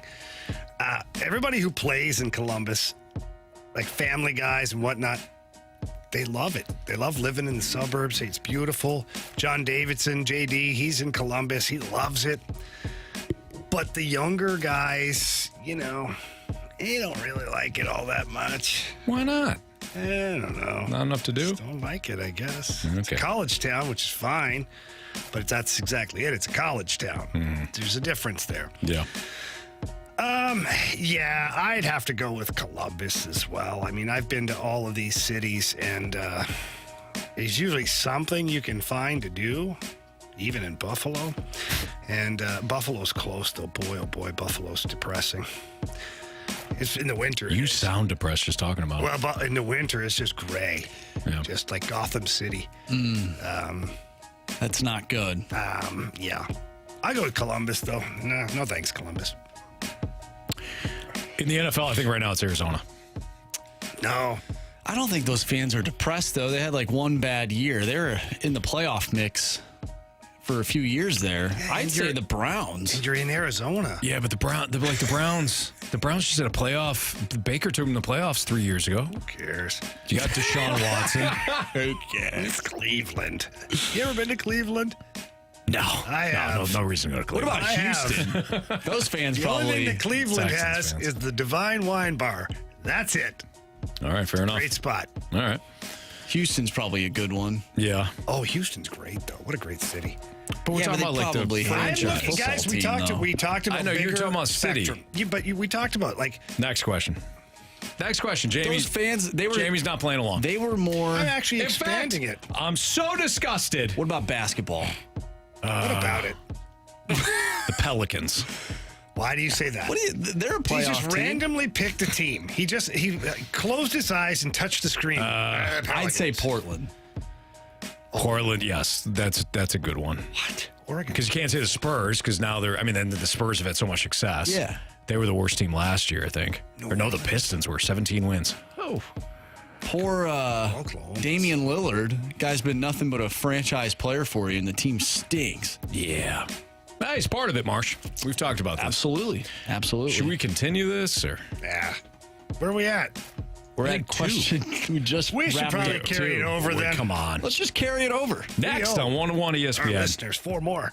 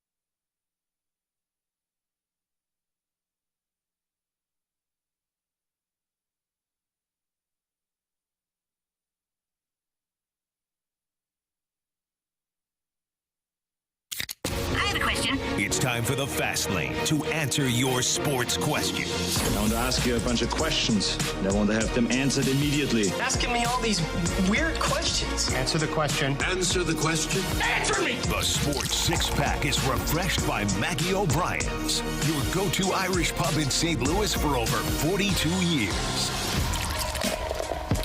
All right, time to continue the Sports Six back here in the Fast Lane. 5:03. Your time check is brought to you by Clarkson Jewelers, an officially licensed Rolex jeweler. Jamie Rivers, Anthony Stalter, Andrew Marsh. Question number 3. All right, gentlemen, from the 636, what goes on during commercial breaks? Oh, boy. Well, a lot of research for the next segment. Yeah. Mm-hmm. A lot of planning. Yeah, we have a show meeting every commercial break. Yeah. Every single one. In all seriousness, if we're already prepared for the next segment, we're good to go. We don't have to talk about like audio or anything like that. We go to the bathroom, get water. Jamie likes to visit the old snack station from time to time. From time to time. Yeah. Other than that, tell stories that we cannot tell on air. Most of them. Stretch the hammies every now and then, too. Mm-hmm. Throw it up on the leg here, on the chair. We used to have the workout bands. Yeah. Until Jamie broke one and it snapped off and slapped him across the face, and he kept going. Yeah. We broke those. We did. But we had a little workout machine going. But now we're actually doing real workouts. Yeah. So we don't have to, we could get extra in here, I guess. All right. But we got to let it heal. It was weird. We'd come back from a break and there'd be heavy breathing. You'd be like, why are they both heavy breathing? It's just weird. Just got to set into curls in the corner. Something. Yep. No, but yeah, in all seriousness, Marsh will talk about certain audio that we may want to come back, or mic drop that we want to play. Or Marsh will just sit there and listen to mic drops and laugh. And laugh. Yeah, he'll laugh the entire time. He loves it. I do that during the show, too. Marsh has got a lot more to do in a commercial break than Jamie and I do. Marsh has got to check the commercial log. Do you see the lives we have to do, Anthony? Well, there's some, but Marsh has got to let us know if we have a live. He does a great job with that. By the way, you have a live coming up next. What do we got? Missouri Athletic Club. There you go. Hey, Anthony, that's perfect. Speaking of working out. So, there you have it. Other than that, question number 4. Tell inappropriate stories. They're way better. From a 314, take it or leave it, all the other college sports have made changes to their pro sports. It's time for college football to do the same and get rid of the hash marks. Wait, what?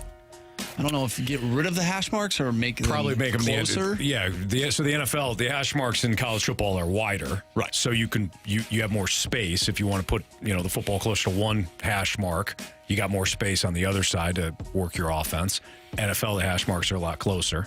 So, you could do that. That's fine. It would almost be, in some respects, I guess, like the three-point line in college basketball being different than the NBA. Yeah. So... I don't think it's a huge deal. I think they should do it just because you're not doing quarterbacks and safeties, and you're not giving them any help when it comes to setting your hash marks that way. Yeah. So, yeah, you could do that. I've never sat there and watched a college football game and they go, damn hash marks. They got to change them. This guy can't play. I've thought about it when the kicker is... manage the hash marks, you can't play. The kicker's kicking all the way 30 feet to the right. That's true, too. Wide right. Kicker's sometimes not even on the damn screen. Yeah. The camera can't find him. All of a sudden, the ball's hooking over.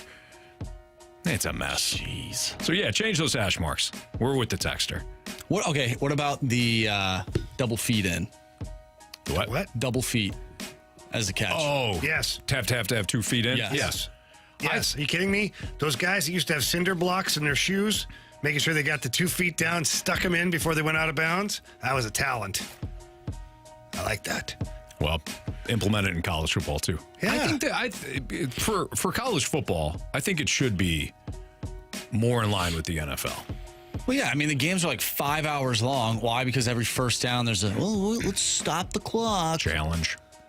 We got to make sure these guys can get up to the line with the clock stopped. It's dude, your game is 5 hours long.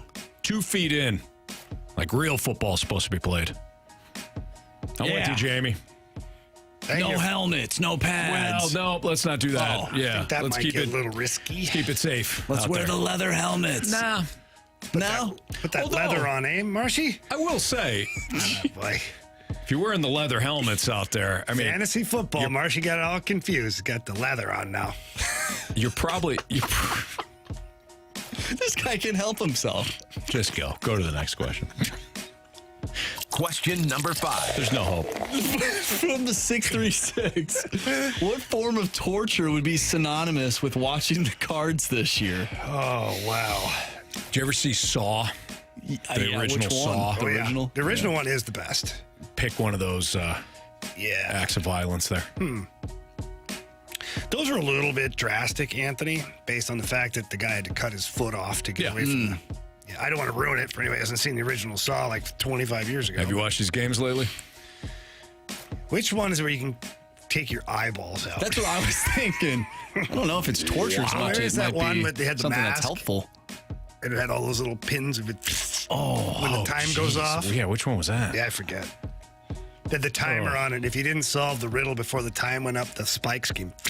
Yeah. Would you rather solve a riddle or would you rather just, saw your leg off? I would rather solve the riddle, I think. Yeah. Really? Given the opportunity Yeah, I of would. solving a riddle or Yes. cutting my foot off. You can't even get one of the Gauntlet questions correct. Yeah, but if you get the, I've had a rough patch, Marsh. Jeez, I've lost 3 in a row. Before that, I think I won like 3 in a row. Come on. Jeez. He just ran. He just hit me with his car, and then as I'm laying there half dead, he goes, "I'm gonna back up." Is that your answer for this question? No, I gave my answer. It's the first Saw movie. Any of the games that they played. Yeah. That's like watching the Cardinals this year. Oh. And I would rather answer the riddle and have pins go through my head as opposed to sawing off my foot. So I think, Jamie, you might be thinking of when they have to scoop their eye out with the spoon. Ooh, what is that? Isn't that from Saw? I don't think so. I mean, they're a little bit more. I feel like they're a little bit more creative than just taking a spoon there's to a your eye. game involved because he goes, "Would you like to play a game?" And then you're like, "Oh, I got a chance at least." Yeah, I'd like to play a game. Yeah.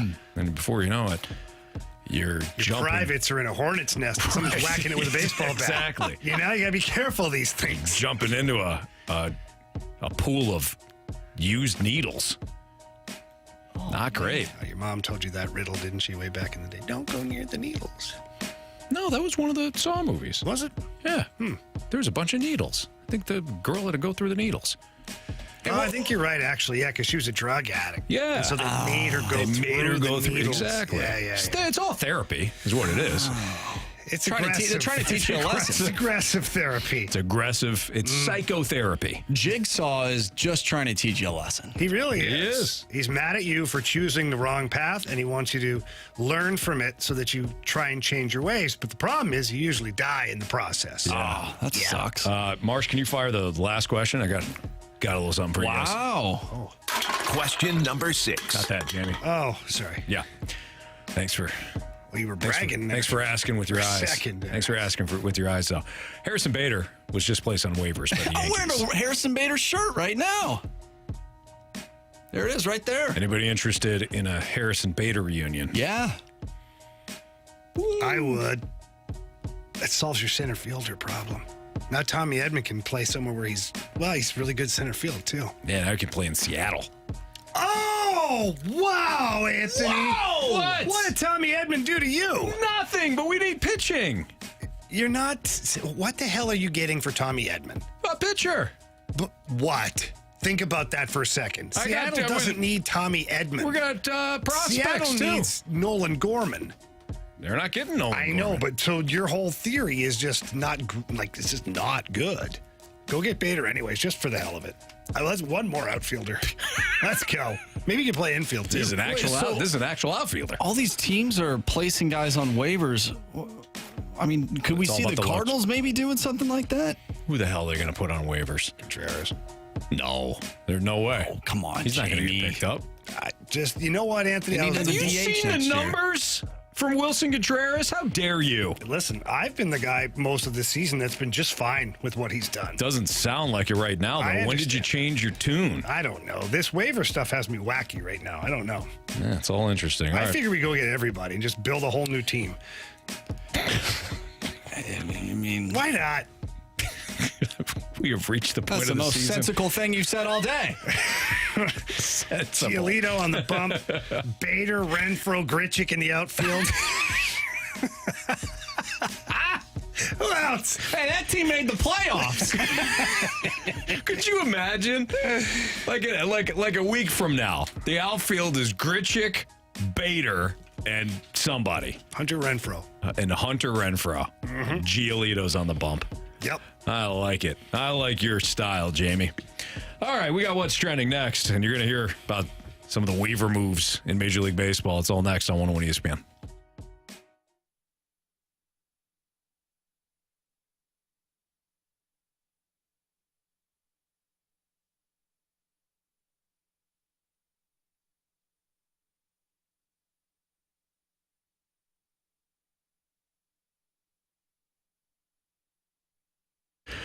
Well, when it comes to Missouri Athletic Club, I was just down there this morning. In fact, got my workout in, got ready for the show, used their business center. I enjoy the Missouri Athletic Club. I always love walking around, too, just to see what they have going on. They've got various classes going on. In fact, they had a class going on outside, a workout class, racquetball, basketball, tennis. It's kind of a one-stop shop for you. Missouri Athletic Club, perfect for when it comes to the downtown spot, events, and everything that they have going on. But the West Clubhouse, man, I love to work it into my daily routine. The MAC, Missouri Athletic Club.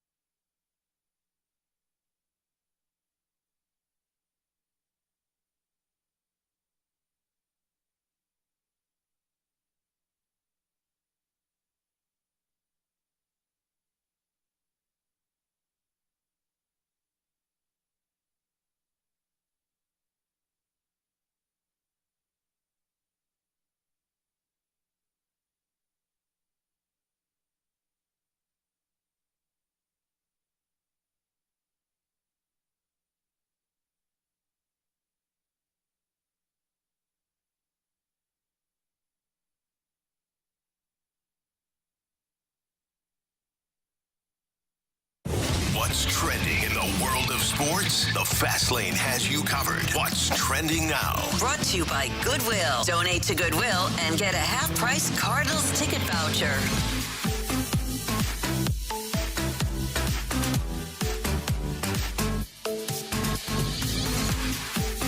Welcome back to the Fast Lane here on 101 ESPN. Anthony Stalter, Jamie Rivers, I'm Andrew Marsh, and it's time for What's Trending.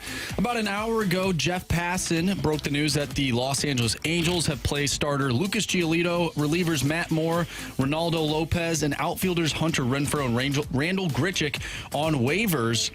Of course, that has huge potential playoff implications. And then this just in about 10 minutes ago, Ken Rosenthal saying other players on waivers, Harrison Bader of the Yankees, Mets Carlos Carrasco, White Sox Mike Clevenger, and Tigers relief pitcher Jose Cisnero. Guys, what is going on right now? Get them all. These teams, I mean, these are pure salary dump moves. And I think it's interesting. So for the Angels, and we read this off, Alden Gonzalez of ESPN tweeted out that all of these players are postseason eligible. When it comes to the Angels, they're trying to, because they're out of contention now, and Shohei Ohtani not pitching anymore, as we know, they're trying to get back under the luxury tax. I'm sure all these teams are. They don't need these players. I also think this is interesting because Harrison Bader, while he has slumped badly, if a contending team picks him up, you could see Harrison Bader as a late inning defensive replacement, somebody that can pinch run. He costs less than $1 million for the final month of the season for a postseason team. So these we're basically going to get another trade deadline without actual trades. A team that was in on Lucas Giolito at the deadline has the possibility, depending on where they are in the waiver claim, has the possibility to get Lucas Giolito without giving up anything but salary. Anthony, but money. Carlos Carrasco, Mike Clevenger. What are your thoughts? Carlos Carrasco has had an absolutely disastrous season for the Mets.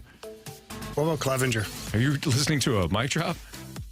No, I just think it's funny how bad he's been. Oh, he has. The way that you described it. He has been dreadful. Clevenger has been steady. He's been fine.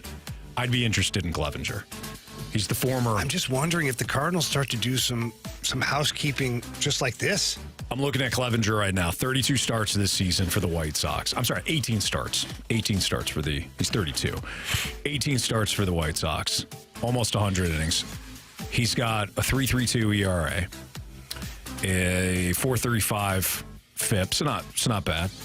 Not a strikeout guy. Walks up a little bit, but he keeps the ball in the yard. He's kind of a quintessential Cardinals pitcher. But I'm just wondering if the Cardinals go. Let's just say they pick up Giolito. Say they put in a claim for. Can they pick up more than one guy? Yeah, I don't know how that affects where they are though in the waiver claim. I'm not familiar with how things get reshuffled. I don't know how that works either. You might be able to put in one claim on a player and then drop back. Yeah. In the order, but. Yeah, so to answer your question directly, I would not be interested even in a flyer with Carlos Carrasco. I'd rather continue to give those opportunities to Zach Thompson, who pitches tonight, Drew Rahm, and Dakota Hudson. Oh. But Clevenger, I'd be interested in, and definitely Giolito. So who would you be more interested in based on the fact that you could retain them for next year? Clevenger or Giolito? I would rather roll the dice. I don't know, but I'd rather roll the dice on Giolito. He's the better pitcher.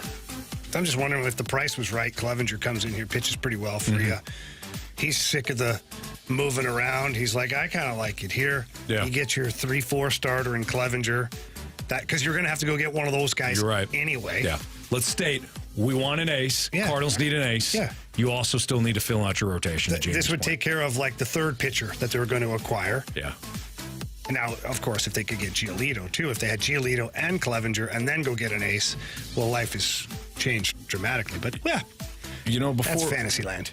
Before we... Not that guy, Marshy. Before we move forward here, okay, so Clevenger's got a mutual option for 2024. So Giolito's a free agent. Nothing you could do. Clevenger has got a mutual option. So what does that mean? That means he can re-sign with you, if you're on board too, it's mutual. So the team has an opportunity. So all right, so the Cardinals say, hey, we're interested. We'll pick up your base salary, an extra $12 million. So if they let him go, though, would that be mutual release? Yeah, because both parties have to agree to it. Yeah. Okay. So otherwise, though, if they retained him, they could. The team has to mutually agree, though, with the player. Like, what if the player wants to stay if the team says no, or vice versa? Then he's gone. Okay. The team would decline. Anthony, I'm just trying to figure out all the lingo here. The team would decline in that. Okay. Yeah. Or if Clevenger doesn't want to return, then he would decline his option. I got it now. Yeah. Thanks, buddy. It's a club option. It's only teams. It's team's option. It's a player's option. It's only on the player. Gotcha. Guys, shout out to the Coors Field security team. Did you see what happened last night at the game between the Rockies and the Braves? Come on. Ronald Acuna Jr. got tackled by two fans. He didn't get tackled. He got hugged. He got hugged. Yeah. And then he tripped over the guy after. Well, people on Twitter saying he was tackled, but no, the guy came out and hugged him for an uncomfortable amount of time. And Acuna was cool about it, actually. He was like even making sure like the security guard didn't like hurt this guy, you know. Then another guy ran up and then he kind of circled back and tripped over the first guy. You got to keep the players safe. Yes. You got to keep the players. I don't like any of that. I know sometimes it's funny and all that, but no, I don't like that stuff. No, it's not funny. It's not funny because players are at risk. Right. What I'm saying is sometimes like a guy goes out there and he's clearly, he's staying away from the players and he's just kind of making a mockery or whatever. Sometimes it can be funny. Yeah. But ultimately I'm with Jamie. Keep the players safe. Ever since it was Monica Seles way back in the late 80s, early 90s, where a fan jumped on the tennis court and stabbed her. Yeah. What? Yeah. You could YouTube Monica Seles getting stabbed. It's a real thing. Middle of the game. Or the match, tennis match. Ever since that point, I've always hated when people jump on the field or go anywhere like near the players because you don't know what their motives are. I'll never forget this. We were in the playoffs against the Montreal Canadiens. I was with the Bruins, and Kyle McLaren took Richard Zednick's head off. I mean, you can go Google that one too. He blasted him, and we had a brawl like you wouldn't believe. Then we had another brawl. Then we had another one. By the time the third brawl was over, fans climbed over the glass and ran on the ice. There was a guy trying to run in and fight Bruins players. Like, guys, the referee had to tackle them. But you don't know what they're about to do. Right. So as an athlete, it's a lose-lose situation. Because if you don't do something and this person tries to hurt you and hurts you, well, you're screwed. If you do something and like drop them, you look like an a-hole if they're not armed or something, you know? Right. Yeah. I don't like it. Security guys, do your damn job. Make it easy for everybody, please. I wonder like how hard that is when like a college student section ends up storming the field. No, that's impossible. What are security guards supposed to do? Well, the players are instructed at that point to run for the locker room. Like, go to the locker room. Get out of this crap. Now, they don't always manage to do that. By the way, have you guys seen, I think Barstool put this video out of Lionel Messi's bodyguard? Yeah, we were talking about that on Friday. Yeah. I saw this clip last week. And Stubby clap. This guy is... he literally walks up and down the sidelines as the play is going to make sure that Lionel Messi's okay, travels with them, all that stuff. I thought it was interesting. Obviously, you get a guy like Lionel Messi. He's probably like, here, buddy, here's $100,000. All your job is to do is be my shadow. Yep. He's a Navy SEAL or something, too, this guy, a former Navy SEAL. Just kind of tying it all there to the security guards and things like that. You can join 101 ESPN and Bud Light for Blues and Brews on Friday evening, September 22nd at the Anheuser-Busch Brewery. Get fired up for the blues season at this outdoor street party featuring live music from country music star Chris Lane and local blues musician Marquise Knox. Plus, appearances by blues players and alumni, food trucks, blues merch, 101 ESPN giveaways, and much more. Tickets are now on sale. You can visit 101ESPN.com for additional event details and to purchase your tickets for Blues and Brews on September 22nd. We have Beat the Streak, and we also have one thing to look for, NFC North, next on 101 ESPN.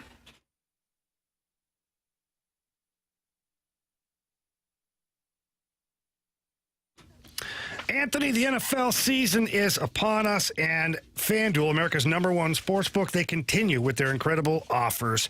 Right now, New customers can bet $5 and get $200 in bonus bets, and that's guaranteed.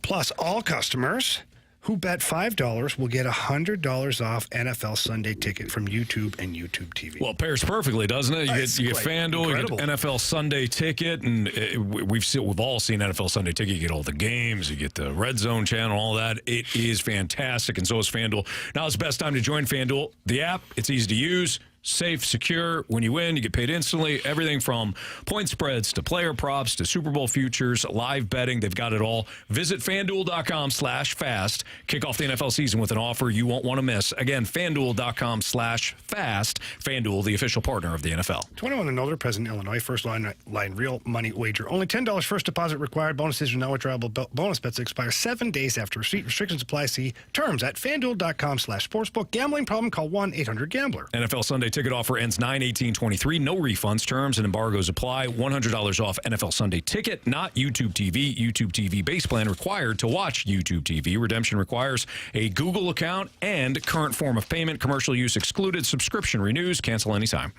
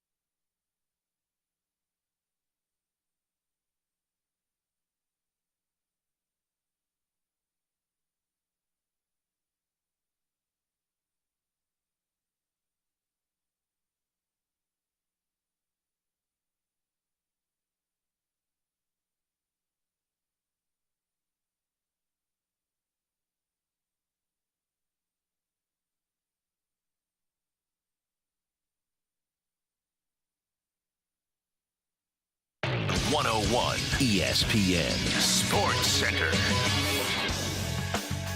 I'm Andrew Marsh. It's time for a Sports Center update brought to you by Saliga Heating and Cooling. The Cards looking to get back in the win column tonight. They lost yesterday to the San Diego Padres by a final score of 4-1. Adam Wainwright in search of win number 199. He went 6 innings, gave up 8 hits, 1 earned run, walked 3, and struck out 1. That performance was not enough as the offense could not get things going for the Cardinals. We'll see if they can bounce back tonight. With Zach Thompson on the mound going up against Seth Lugo. First pitch is at 6:45. If you missed anything from today's show, make sure you go to 101ESPN.com or check out the 101 mobile app. We had BT on the show talking some Cardinals baseball, so make sure you check that out once we're done with the show. It's all brought to you by Dobbs Tire and Auto Centers. I'm Andrew Marsh, and the Sports Center update is brought to you by Saliga Heating and Cooling, an independent American Standard heating and air conditioning dealer.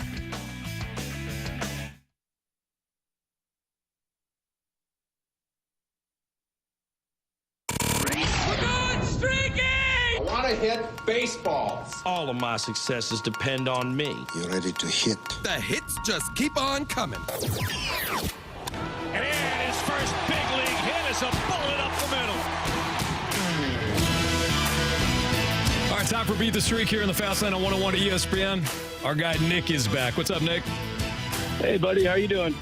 Doing well. You ready to rock and roll? Yes, sir. All right, Cardinals and Padres tonight. Beat the streak. Just need your guy, your selection, just needs to get a hit. That's it. And you'll be able to continue your streak. So, Marsh, before we do that, what's our updated standings?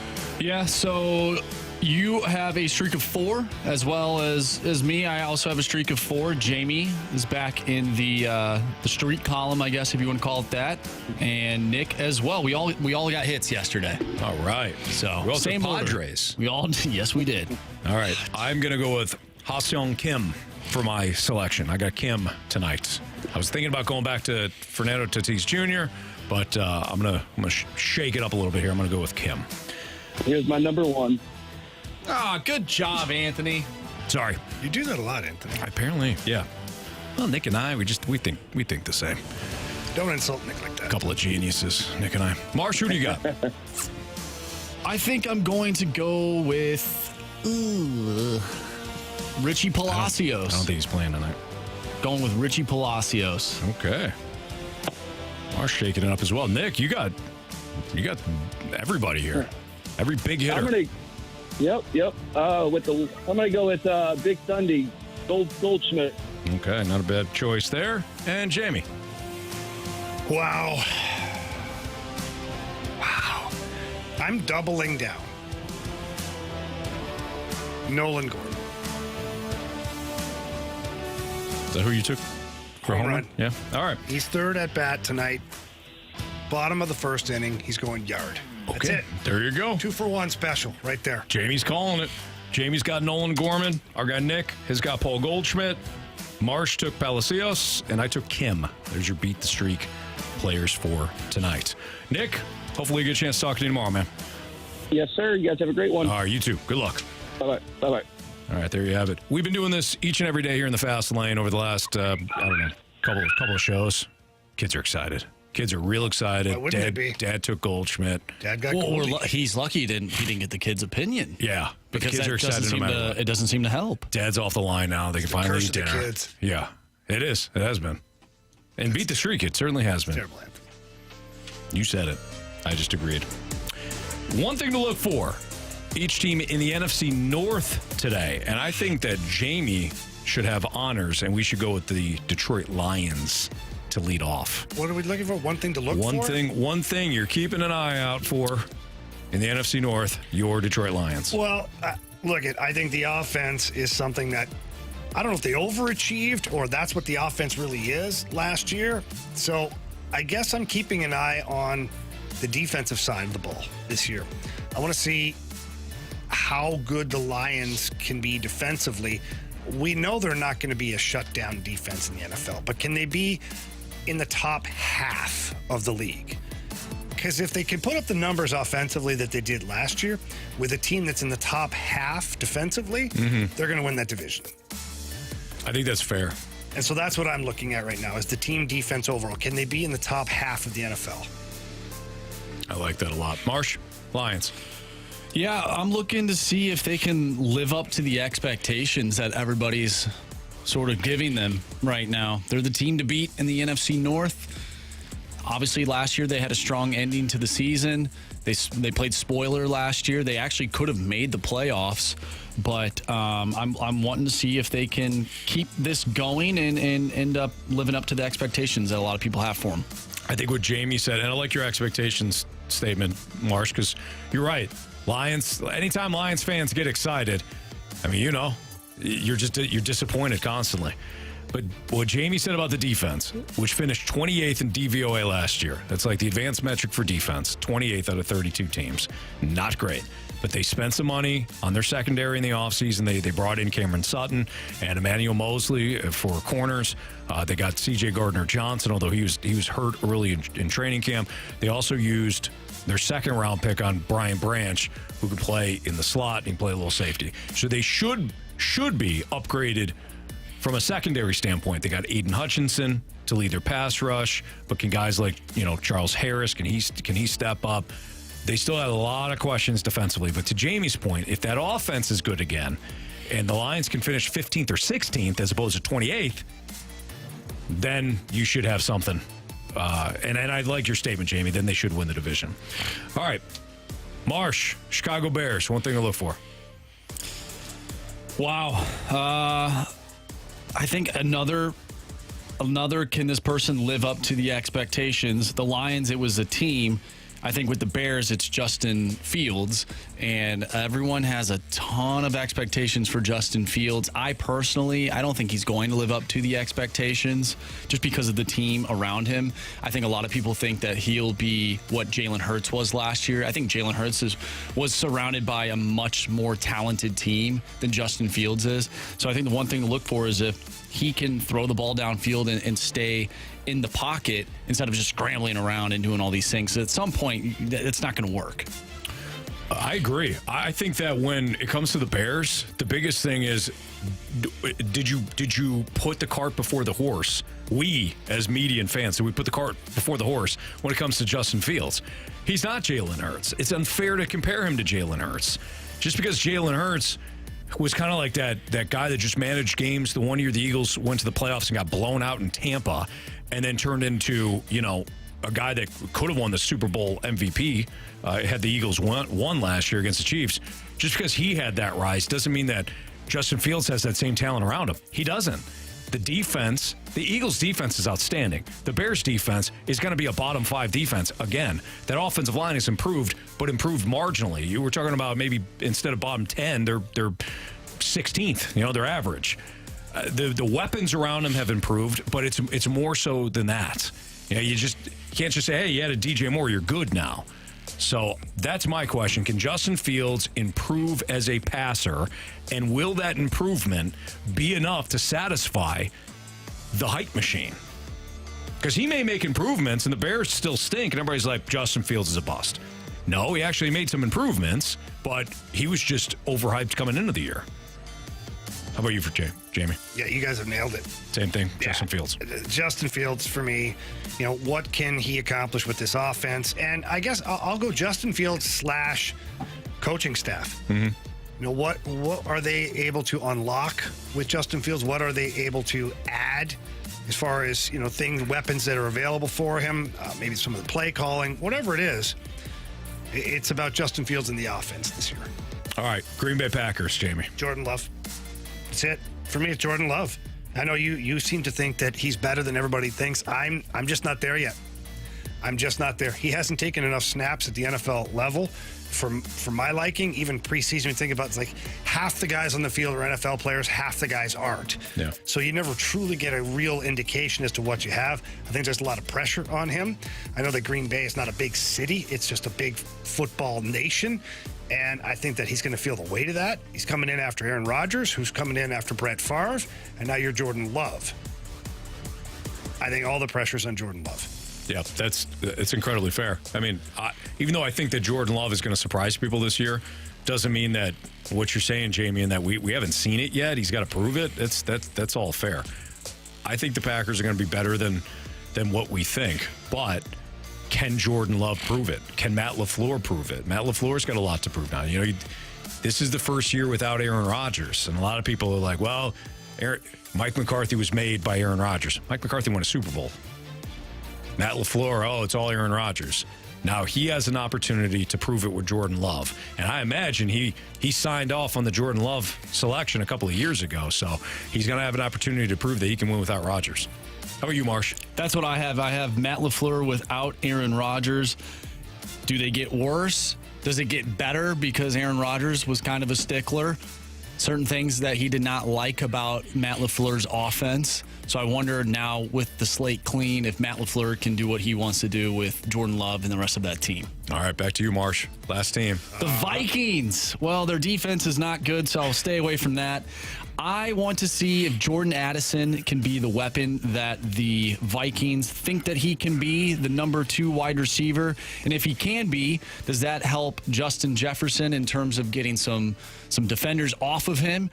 Or does it just help Jordan Addison because if guys are double teaming JJ, Jordan Addison's going to be open and he can make something happen? Jamie. For me, I am going for the defense in this one here. I have to attack the defense for the Vikings because as much as I like to dog on Kirk Cousins and poke fun at him, he's a very steady quarterback for the Vikings. He's got some good weapons that are available for him in the offense. Again, this is a team much like the Lions to where what can their defense do this year? So for me, it's going to be all about the defense with the Vikings. Yeah, their front 7, bottom 10, front 7. Their secondary, I think, might be bottom 4, bottom 5. I love Brian Flores, but you got to give him the players to work with. So I think the Vikings are going to be that team that puts up a lot of points. Defensively, though, because they're going to have to, but they've got loads of weapons. Kirk Cousins, you get that guy, noon game on a Sunday in Minnesota. He's going to drop 34 to 41 on you. Week 1. Playing shaky bakey. At the bank. That's going to be a bloodbath. Minnesota's going to score 38 points that game. Okay. When it comes to a 305. A 325 start? Anthony. Oh, boy. On the road? It's not Kirk Cousins' fault. Kirk Cousins is going to turn into a different guy. And that defense will not be able to stop a nosebleed. Here's the thing. The defense, they can't get any worse. They can't. Ed Donatel. Prove it. Ed Donatel is your defensive coordinator. It's very true. That's all I have to say. I don't need to come up with different facts and numbers. What were they thinking with that? I do not know. And they were giving guys, you know what they looked like? They looked like Mizzou, the Mizzou's defense from, back in 2009. You watch yourself. With a national championship title, berth on the line, and they're giving guys 15 yards. Hey, that Auburn team could run. All right. I was thinking of the Oklahoma one. Oklahoma. What was that? Well, I don't know. That wasn't 09. It was a different year. But yeah, I was thinking Auburn. We talked about so far. We've covered the 2 SEC title games in which Auburn ran all over them and Alabama just dismantled them. And then you're bringing up the Oklahoma game. They could have played West Virginia. Okay. Could you imagine a Mizzou West Virginia national championship game? No, of course not. What was that? I think it was 07. 07? 07. Because that's when LSU played Ohio State, and they were like 2 lost teams. Was that the Jamarcus Russell LSU? I think so. Team? Maybe. Jamarcus Russell and who's the receiver?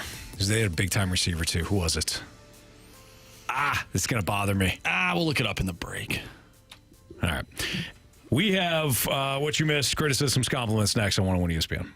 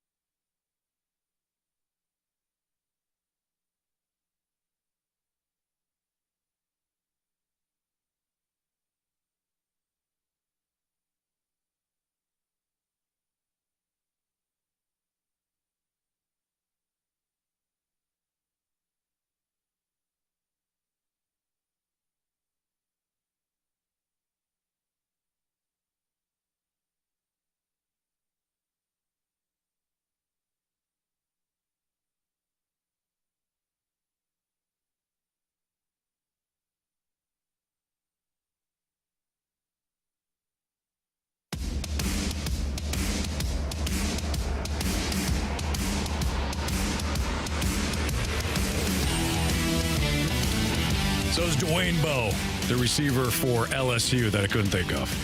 Chiefs fans would also like to probably forget Wainwright.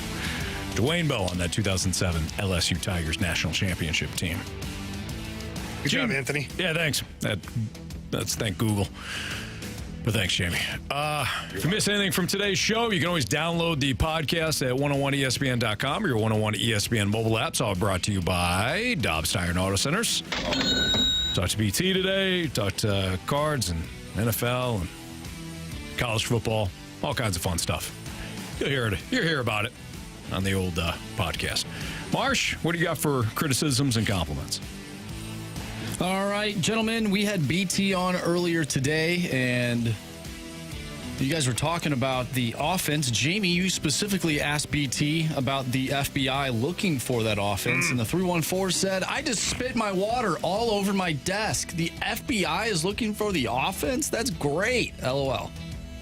Yeah. If you have any tips, by the way, you can always send in the tips that you have to 314-399-9646. Yeah, good call on that. We're on it. There is no reward for any possible findings, but nonetheless, you'll be a part of something bigger than us.